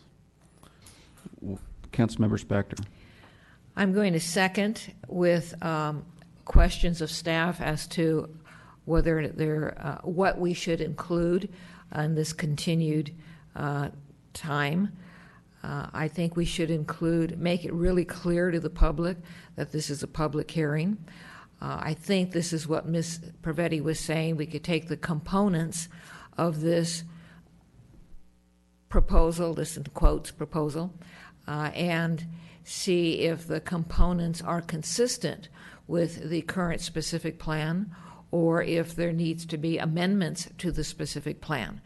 So if this motion passes to continue this specific plan amendment, then I would ask that those parameters be included in the continued hearing, if that's okay with the maker of the motion. Yes. Okay, so we have a motion and a second, and I'm going to go ahead and make comments. I'm not particularly interested, I'm not as happy just continuing this, because I feel like we're just spinning in place. And what I heard was, let's go analyze this application, which we just decided wasn't an application. That's what I'm hearing. I'm more interested in trying to get to the pieces of it. So I'll go ahead and say what I was thinking. The question really has been all along, and I don't think it's new. We said it's new. We're hearing about housing. I've been talking about adding housing instead of the commercial for quite a while, and I know I've had one other council member interested and another one maybe getting interested. That's also what I've been hearing from people that have spoken. There's less tonight, but certainly in the past, that something that's less traffic intensive is what they're interested in, and we know housing is less traffic intensive. I have, from the time we killed it in the first specific plan we finalized, still liked the idea of trying to get millennial units or move down units. I would have preferred to see us try to make motions that staff could come back and bring language related to, let's decide whether we want to try to get millennial units or not. And it really has to do with creating what we kind of come to know as these podium-style units. So there, first of all, we know our current specific plan only allows 33 more units. So I don't know why we're questioning whether this is possible with the current specific plan, because we'd have to amend it to allow more units if we wanted to do something like that. Our current specific plan doesn't allow the height bonus. We have a red line version that started talking about adding the height bonus in order to get you get a benefit, either open space or some other particular community benefit. So we kind of need to, I guess we're already saying that, but getting back to it, what I'm really saying is I think it's a better solution to have millennial and move down type of unit housing instead of a lot more commercial. As Ms. Cantana told us last night, it's not as much about the density, but the intensity of it. So I would want to start attacking things like, okay, 250 may sound like a big number, but if you limit the size, either the max size or you limit the average size, then you get much less intensity. That's kind of volumes of the building. I know large numbers sound scary, but if you limit the size, it also limits the number of people that can live there. It limits the kids if you're worried about that because you can't cram as many in. It limits the number of cars because there's less people living there. So 250 3 and 4 bedroom houses is a lot more cars than 250 single bedroom, or some single, some 2 bedroom, or maybe just studio type places. So I thought we should be thinking, again, I'm of the mind that residential is better than filling this with commercial that competes with our downtown, or we're hearing even office doesn't work. We would need more office to make it work. And we are interested in the hotel. So to support the hotel, my choice again would be some kind of residential. And like I said, trying to limit it, I guess the other point I was going to make, we approved 325 units on the first part, which again sounds like a big number, but we also had a max size of just under 2,000 square feet. So I don't know what the average was, but it was probably 1,500, 1,400. So that's pretty intense. If we allow another 250, 294, whatever number you want to choose units, but you now get the average down to, let's say, what I heard from them is they wanted a little more for move down. I guess that's seniors wanting more. Millennials could be smaller, but if you could get the average down to 1,000, and maybe we set an average of, we say, okay, if you could have 2 buildings, one, it's maybe getting too detailed, but you could have 2 buildings, one that was millennial targeted, one that was more move down target, and we set average max average sizes for that. For example, you might say a millennial has a max average of 850 units. So they could build some larger, they could build some smaller, but that number, what's the number? 100 units for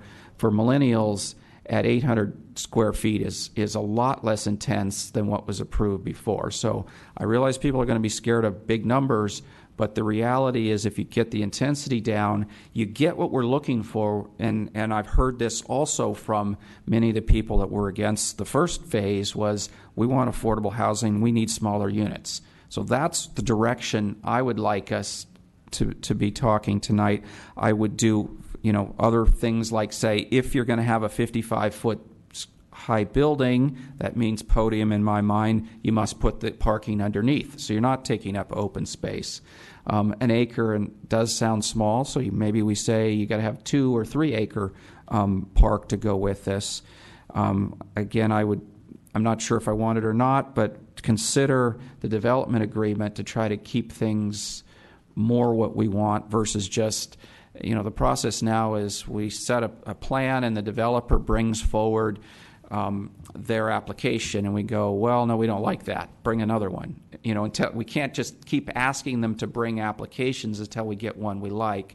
So there's some benefit to a development agreement where we can ask to have the park moved easily and things like that. And let me see if I think that was all my thoughts. So I know we have a motion, and I'm kind of talking somewhere else, but I didn't get a chance to. So go ahead. And I want to go back to the process question more about the resolution, too, is yes, there is talk about more residential units. I'm sorry if I came across there's been no talk about that. But there hadn't been any consensus, and if you look at the resolution, there's no changes. The red line has no changes to the residential. And that's what I meant, is that's quite a leap to go from where the public knows right now, if they look at the red line, to making that change. And although you've talked about it, there's been no consensus from council to direct staff to make that change. And that's why I'm saying I don't want to just continue it. I'd like us to make a decision. Do we want to try to go this way? The motion is to send this off for staff to do, I'm not sure what. Maybe take some of the ideas I just had and bring something back, but they don't even know if we've got 3 votes up here to add more housing, so it would kind of be a waste. And that's why I'm not really in favor of just continuing it without narrowing down our decisions. Could we at least vote to say yes, more housing, or no on more housing, so we can narrow it down? So I'll stop talking at this point. Mayor's supposed to talk last and least. There was not least in there, was there? Councilmember Jensen. Addressing the motion that's on the table, and I don't know if I would need to ask the maker of the motion regarding my comments. I'm going to support the motion just because I think that the council, the public, the audience, whoever it might be, the staff at this point, is confused about what we're doing. And we need to be on the same page about what we're doing. So to my mind, the notion that we're going to analyze things based on a rendering is not deciding whether to amend a specific plan or not. So what we had were some proposals, some of which I agreed with, some of which I didn't agree with, which we got in the red line tonight, that I don't think we're ready to discuss given that we had the rendering and given the discussion that we've had. So in voting to for a continuance, what I would hope would come back, and Mr. Schultz, you can tell me whether this needs to be accepted by the makers of the motion, but we would need to discuss number of residential units and have that be in whatever comes back to us and goes out to the public. Height of residential units and commercial to include a hotel. Any potential trade-off for height, i.e. open space. There were suggestions in the red line today, most of which I don't agree with. So I would want to have a discussion about what are the trade-offs. I don't recall the community benefit, but that, to me, that's something that would have to go in a development agreement. But that's sort of my other question for confusion is, if we get this back and we continue it, can the council please have education about how a development agreement would work? What would be the process for that? What would be the starting point? How would we get there, since we haven't done that before, except an aborted try with Netflix and Albright? A discussion of what we've heard tonight. If we want to make a trade for a park, how big would it have to be? What are our limitations for open space we can require, given the state law, which I now forget the name of, and our general plan that said you have enough open space? A discussion of, does it make sense to change the parking ratios, particularly in light of the state's move to change parking ratios we heard earlier tonight in the context of accessory dwelling units. They're also moving that toward that for other housing laws. Do we want to discuss that? So what I'm going for are specific amendments to the plan. And how do we go about that? And to the extent that some people are more comfortable having a rendering, how does that fit in with the discussion of amendments, or how would it fit in with a development agreement or a planning process that the council and people of the town are more familiar with, such as a planned development? Those are the things I'd be looking for in the continuance. I agree with the mayor that it'd be nice to get these things done, but I don't think that we're even all on the same page about where we are or what we're discussing, and that's why I would vote for a continuance. There was sort of a question there in the beginning. I'm not sure if she really wanted to. Did any of that need to be agreed to by the maker and seconder of the motion? And again, my comment was, I agree, yes, we want to look at all those things, but I'm not sure all the council members are even interested in it, and we just gave staff a huge load of work all of a sudden to go analyze all those things. I'd love to see them analyzed, but again, if 4 people don't want half of them, Well, I think that all I was asking for was, all I was trying to do was outline, I think, what we've already talked about. Number of units, height versus height, an increase in height versus something we're going to get for it. The only thing new is parking ratios that we haven't discussed. And those are the only things that are new and different. And really what I'm not asking for, quote, analysis so much, is I'm asking for just a process outline so that we can all be on the same page before we start saying yes or no to those things, understanding what the ramifications might be. And since some of us are more interested in a rendering, that makes those questions more concrete for those of us that want to have a rendering. That's all. I'm not asking them to go reinvent the wheel. I'm just saying, here's the questions that I think people are confused on. Okay, Vice Mayor. Thank you, Mayor Rennie. So I was encouraged coming in here this evening, partially because of the discussion we had last night about housing. I did meet with Mr. Capobres earlier today, and we had a discussion about trade-offs. And looking at the rendering, it's very helpful. It would have been nice to have that rendering at the last hearing we had on this. And I think one of the suggestions was bring us back a couple of renderings, which is what had occurred this evening, which was very good. I think the council, as well as the public's view of this project, has evolved over time. I know mine has considerably, and I'm actually encouraged. I was actually encouraged by the elevations of the Palo Alto drawing. I thought that could be an adequate trade-off for height. I'm not so into the QB look, but anyway, what I'm getting at here is, I don't think it's going to hurt anybody, and it's going to help us a whole lot to continue this hearing. I agree with what Councilmember Spector said, and I think all that information will be helpful not only for us as council members to get on the same page, but the whole community and staff. I mean, this is a big project, and I think it's moving in a good direction, and I think it will ultimately we'll get through it. And I mean, we could put a date certain on it. It's not going to be a big deal to see it in another month or whatever we need time-wise from staff to have another look at this. So that's why I made the motion. Councilmember Spector. Thank you. Mr. Leonardis makes a good point. Do we have a date? Yes. Staff at this point would suggest August 7th, given the council's hiatus in July. And then the other option would be if there's still additional time needed after August 7th, we would probably need to schedule a special meeting prior to the moratorium expiring. And that was my next question. The moratorium expires August 15th. All right. Okay. So we're continuing this if August 7th? Correct. If the maker. I'm fine with that. Okay. And I am too. So I'll just make a short final comment, I think, before we call a question.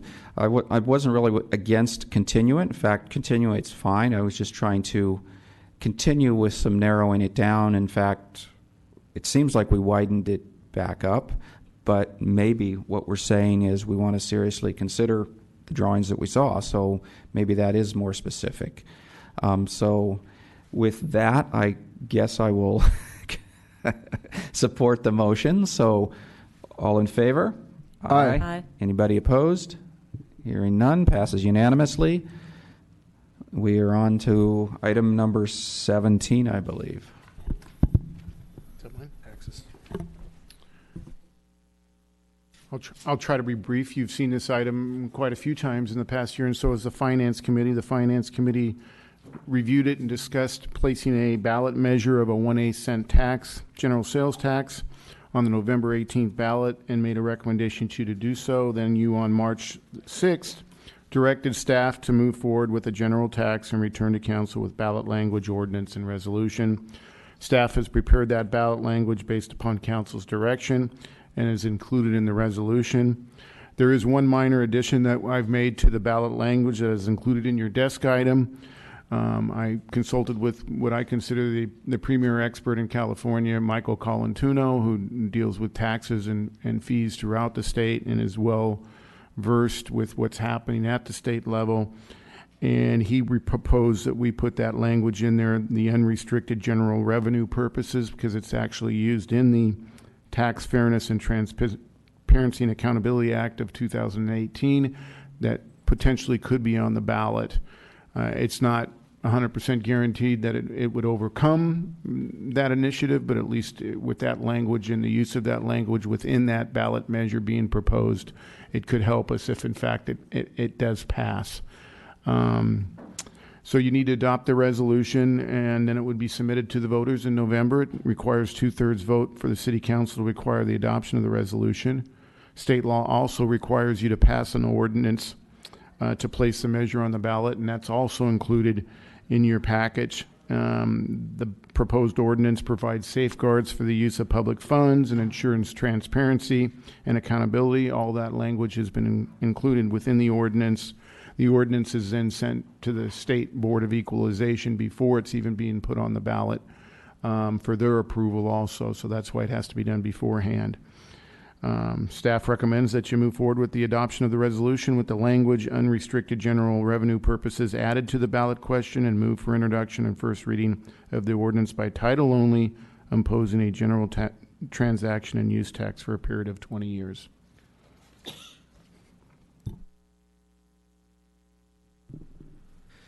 Questions of staff? Councilmember Jensen.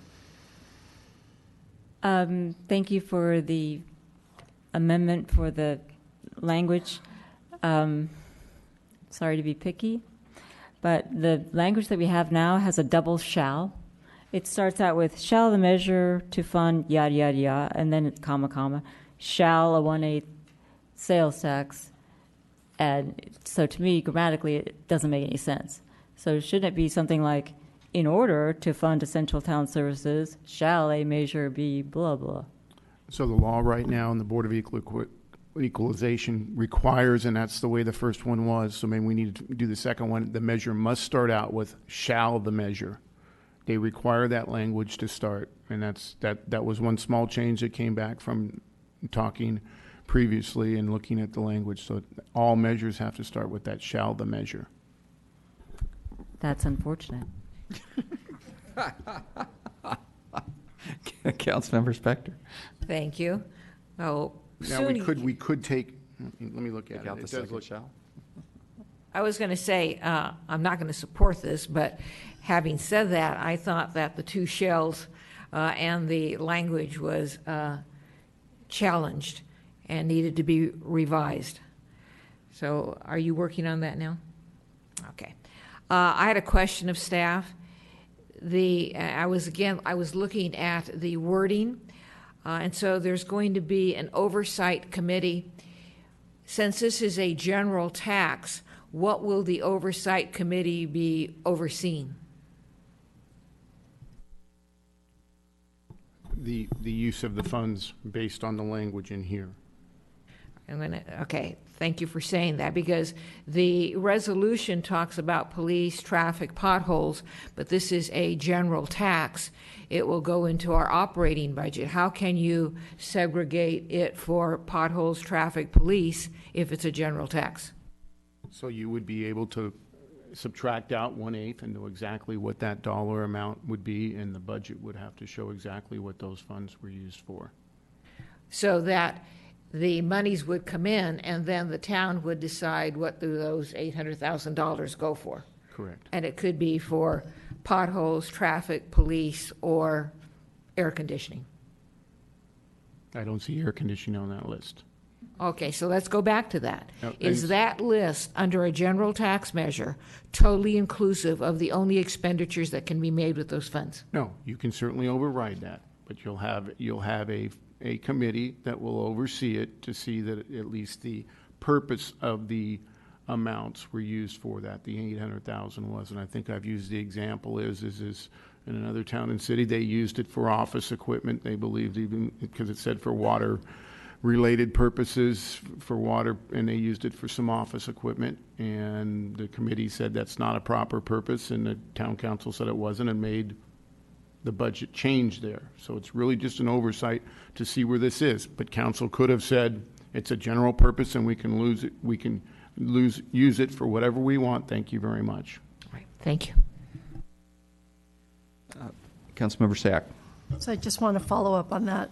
With the with the red line, we have now unrestricted general revenue purposes. So again, following that, so with the citizens' oversight, you're not just looking at potholes and neighborhood streets, because unrestricted general revenue purposes could be for So that's being air required. conditioning. That's being required because of the 218 measure that's out there. But if you look at the resolution and the whereases, that would be where you would follow up. And if this passes, you could even say exactly in your policy documents exactly what they're going to be looking at, which would be the resolution whereases.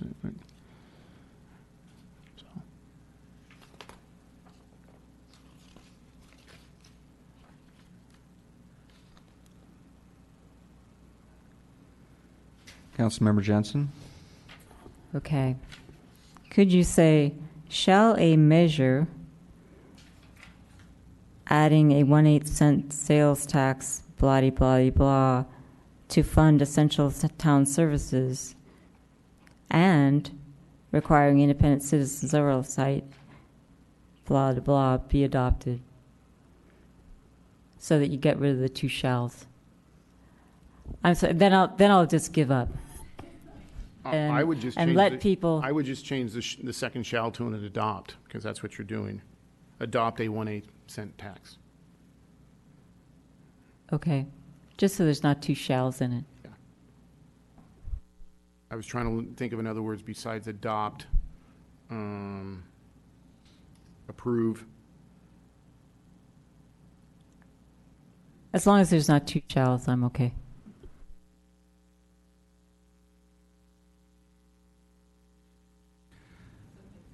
Okay, let me open the public testimony while we're thinking about this. Would anybody in the audience wish to speak to us on this item? Seeing nobody coming forward, I'll close the public testimony, come back to council. More questions or motion? Comments? Vice Mayor Leonardis? Thank you, Mayor Rennie. And first of all, we ourselves are not voting for an 1/8 cent sales tax this evening. We're just allowing the opportunity for the voters to decide. We're just putting it out there and presenting it to them if this is a good idea or not. So I just want to make that clear. So I remove all bias about how much I hate paying taxes by saying that. And I was going to move forward with the staff recommendation, items 1 and 2, for the adoption of the resolution to submit this local revenue generating measure to the voters Tuesday, November 6th, and for the introduction and the reading of the ordinance with removing that second shall. And we discussed a word which was Unrestricted general fund purposes. adopt. And adding the language unrestricted general revenue purposes. So there's an addendum. He's asking, do you want the addendum version or the original version? I want the addendum version. With the second shall removed. So we have a motion. And then the ordinance be read by title only by the clerk. That is correct. Okay.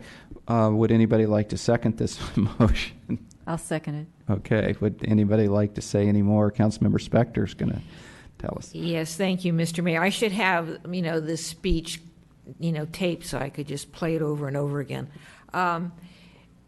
By increasing the tax, people who come and shop in Los Gatos, they're going to pay more. And that could be a detriment to our merchants. But having said that, that would be acceptable to me if we knew what this money was being used for. And I think the priority in our town, with some $70,000 worth, or 70,000, I can't even remember, 70 million?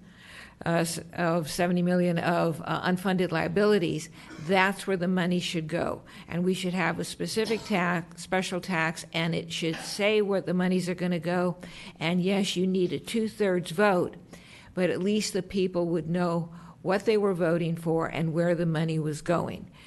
I can appreciate why we have an item on our that it's being voted for that requires unrestricted general revenue purposes in the ballot measure, because what what ballots try and do is they try and put the the wording at the beginning, like police and streets and potholes. That's very attractive and allow people to think that's what all the money is going to be used for. So since that is not necessarily what all the money will be used for, since I think our unfunded liabilities are a huge priority, since the increased sales tax could hurt our merchants and will cost more money to the people who shop here, I am not going to be supporting this motion.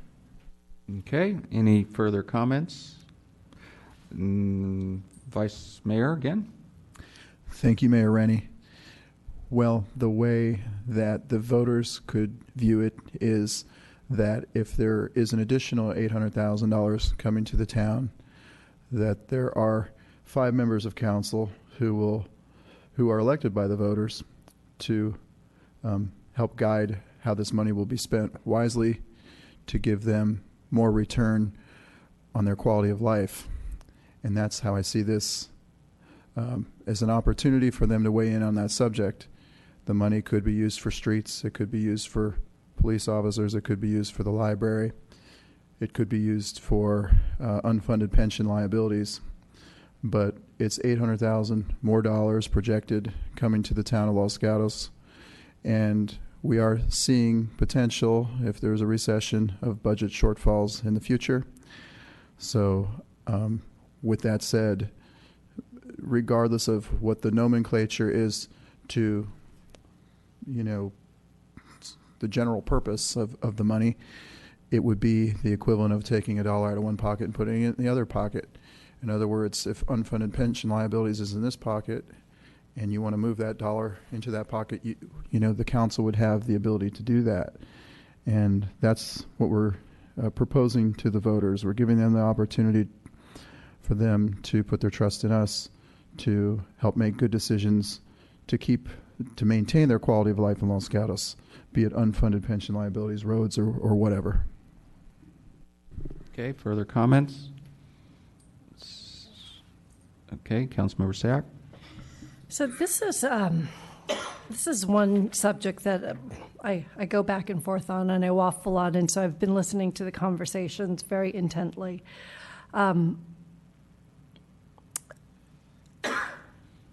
I understand the concern of Councilmember Spector, and I think, and while I agree with it, where I come down to, and where I'm swayed by our vice mayor, is the motion that we're making today is not to increase our sales tax. The motion we're making today is to allow our residents to decide whether or not this is something they'd like to move forward with.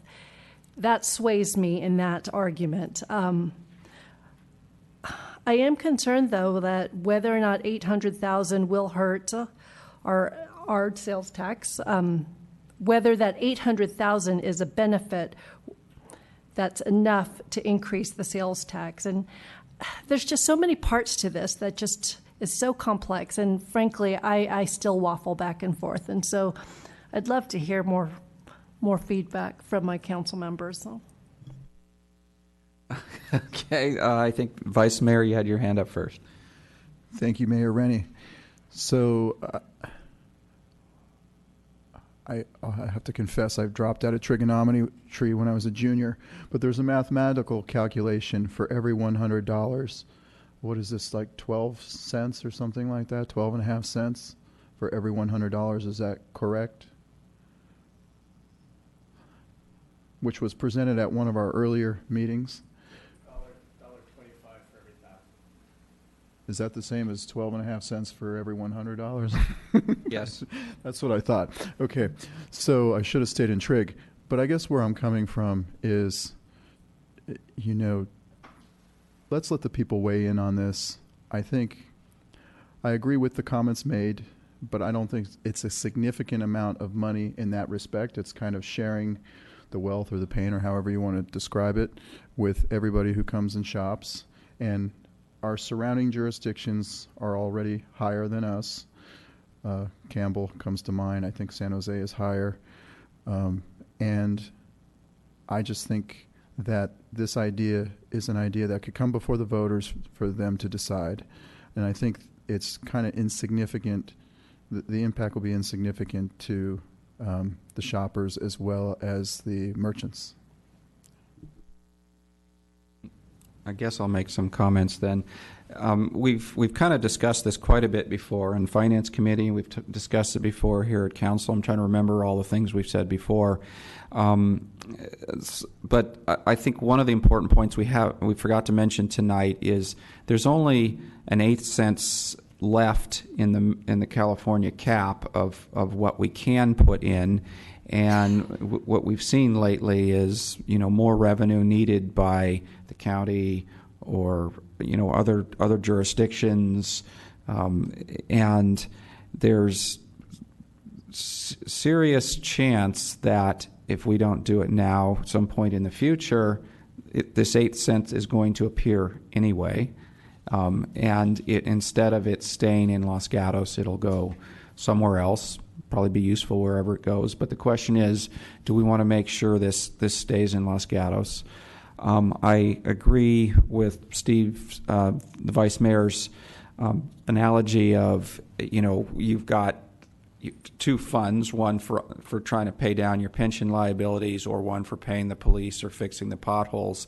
Because the pension liabilities are so large, if we don't have additional revenue, we're going to be sucking money out of the police and the potholes in the streets to take care of our unfunded liabilities. So it's really all coming out of the same place. If we have 800,000 more that are for paying the police, that means we're not, that at least can backfill what would have to go to the rising unfunded liabilities. If you recall, as CalPERS steps down the unfunded, getting late at night, as CalPERS steps down their assumed rate of return, our unfunded liability, which means the amount we have to pay each year, goes up, and we're going to have to get that from somewhere, and that's going to have to come from town services.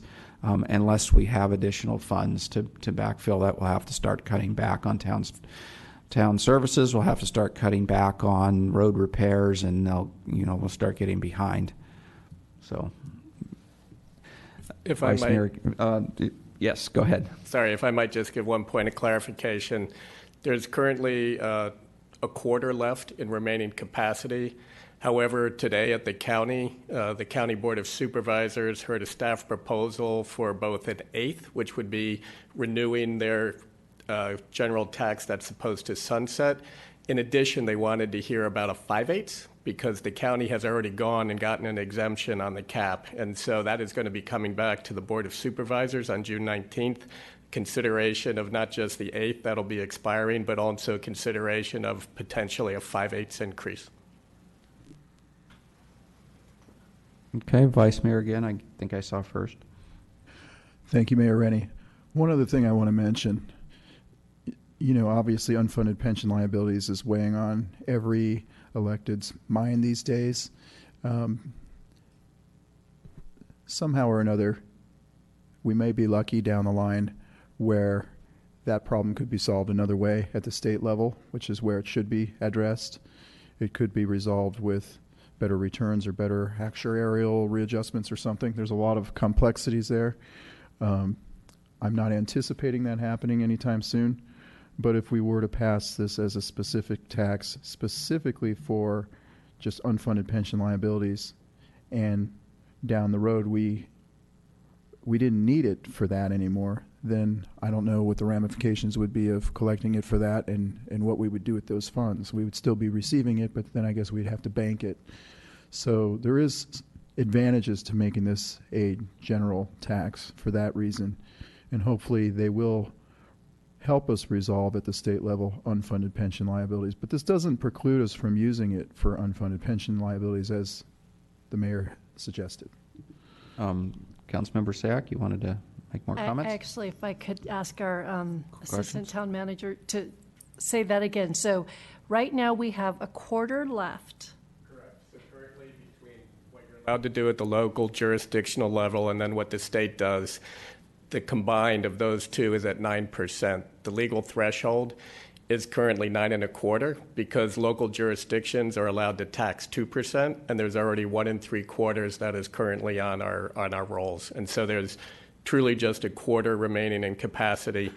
And if I might add, while $800,000 may not seem like a lot, you might recall that we had a fairly extensive discussion about having a delta of about $700,000 per year to try and get our PCI back up to 70. And so while the language for purposes of the law needs to state unrestricted purposes, one of the reasons the town attorney has put the language together the way he has, identifying whether it's public safety, whether it's roads, is because all of those elements have been identified as priorities in previous sessions, where the council has either debated your strategic priorities or debated, your budget.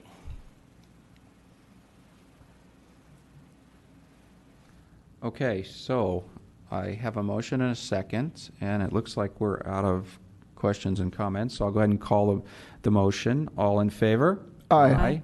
All opposed? So it sounds like it passes 4-1 with Councilmember Spector opposed. And do we need to read a title on this one? Yes, okay, so please read a title. An ordinance of the people of the town of Los Gatos, California, imposing a general transactions and use tax for a period of 20 years. Okay, so we are up to item number 18.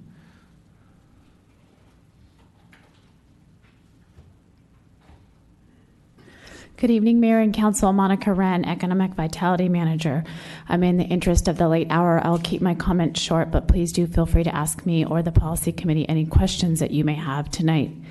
Before you is a recommendation from the Policy Committee to adopt a resolution as Attachment 1 in your packet that suspends the formula retail regulations for a period of 18 months in the downtown or the C2 zone.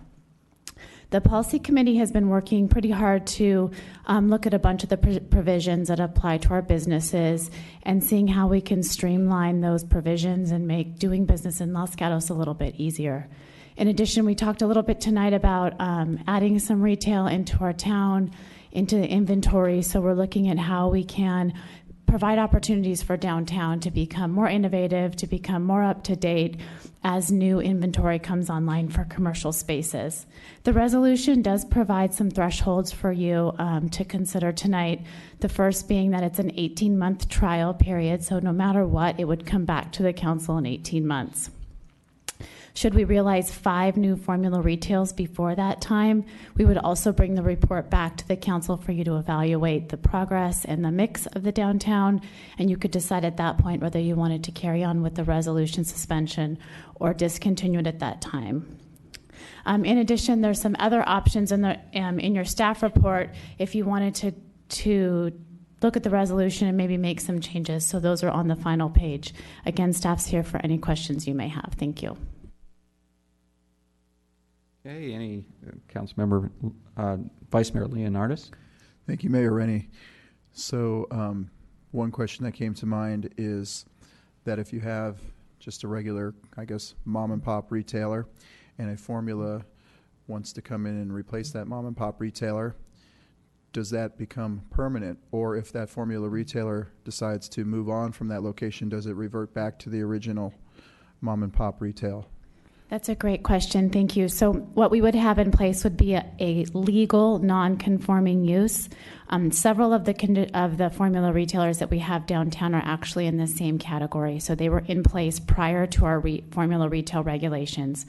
In that case, a legal non-conforming can be replaced with a like use within 6 months of closing, whereas a conditional use permit has a full year before it expires. Okay, so let me open the public testimony. Would any member of the public wish to address us on this item? You're sure? Nobody wants to come forward? Okay, I'll close the public testimony. Come back to the council for motions and questions. Councilmember Spector. Thank you, Mr. Mayor. First of all, since the CUPs have always been important to me downtown and the ones with regard to formula retail, especially so, I first want to say when I saw what the agenda item was, I go, oh no, not again. But then when I read the staff report and I saw the parameters that the staff and the policy committee put on their recommendation, I want to say that I appreciate it and I thought it was well done.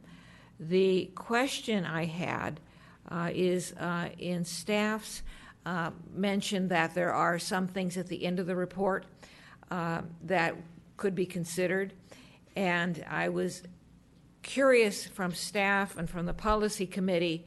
One of the considerations was, why don't we use Main Street and the north part of Santa Cruz Avenue, because those are the most challenged, and I was curious as to why the policy committee / staff did not make that recommendation. Not that I would agree with it necessarily, but what was the reasoning?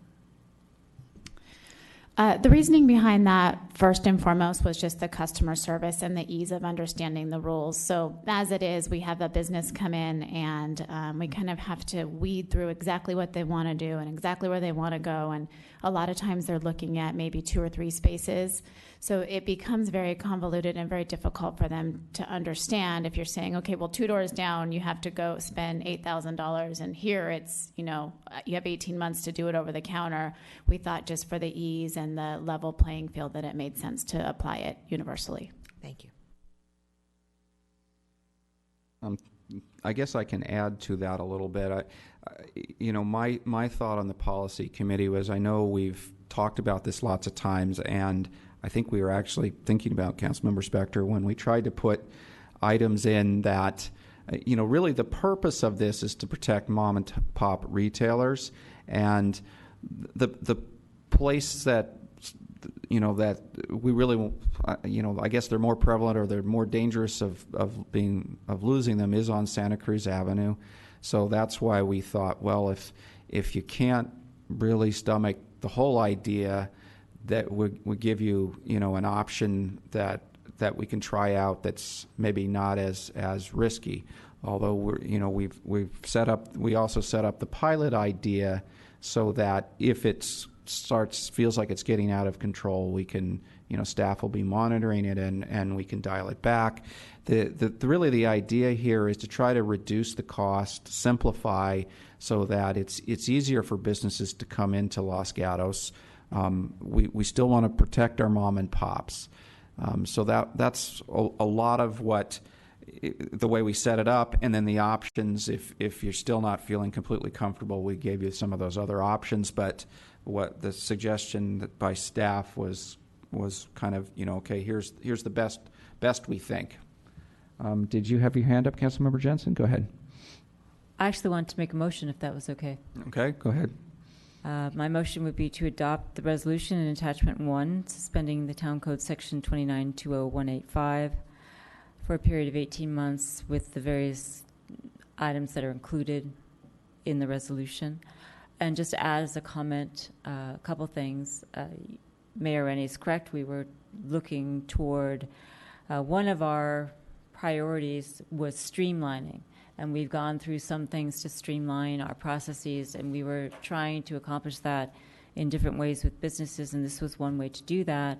And given the discomfort that the council had had before when we thought about throwing out the formula retail altogether, we wanted to try a pilot program where we suspended it for a period where we knew, based upon what we heard from Ms. Wren and staff, the leasing periods for downtown were not going to create some cataclysmic change given how long people have their leases in place, the various things that need to happen before there's a change. But this was an opportunity for us to really try something new with our downtown and provide opportunity and innovation. And particularly in light of the discussion we had on the last item, this is an opportunity for the council to support those businesses downtown and to make sure that our retail and commercial center downtown and throughout Los Gatos is attractive and viable, such that if residents decide to vote for an increase in sales tax, we actually have something for them to come buy. And so this is an opportunity for us to try that and for us to put this in place. And we still have CUP requirements for many businesses. And keep in mind that the formula retail is only a condition of a conditional use permit. It's a finding. It's not a ban. It's not anything else. So what we were trying to do is suspend that and see how it works. So my motion is for us to adopt that for the reasons stated. Okay, would anybody like to second? Vice Mayor. I will second the motion, and I just have one more question for staff. When does this take place? Is this immediate? Yes, this would be immediate. Thank you. Okay, further comments? Seeing none, I will call a question. All in favor? Aye. Aye. All those opposed? It looks like it passes unanimously. Do we need any readings on this one? No, right? So I think that's our last agenda item. Does anybody have anything else they want to say? Seeing none, I will adjourn the meeting.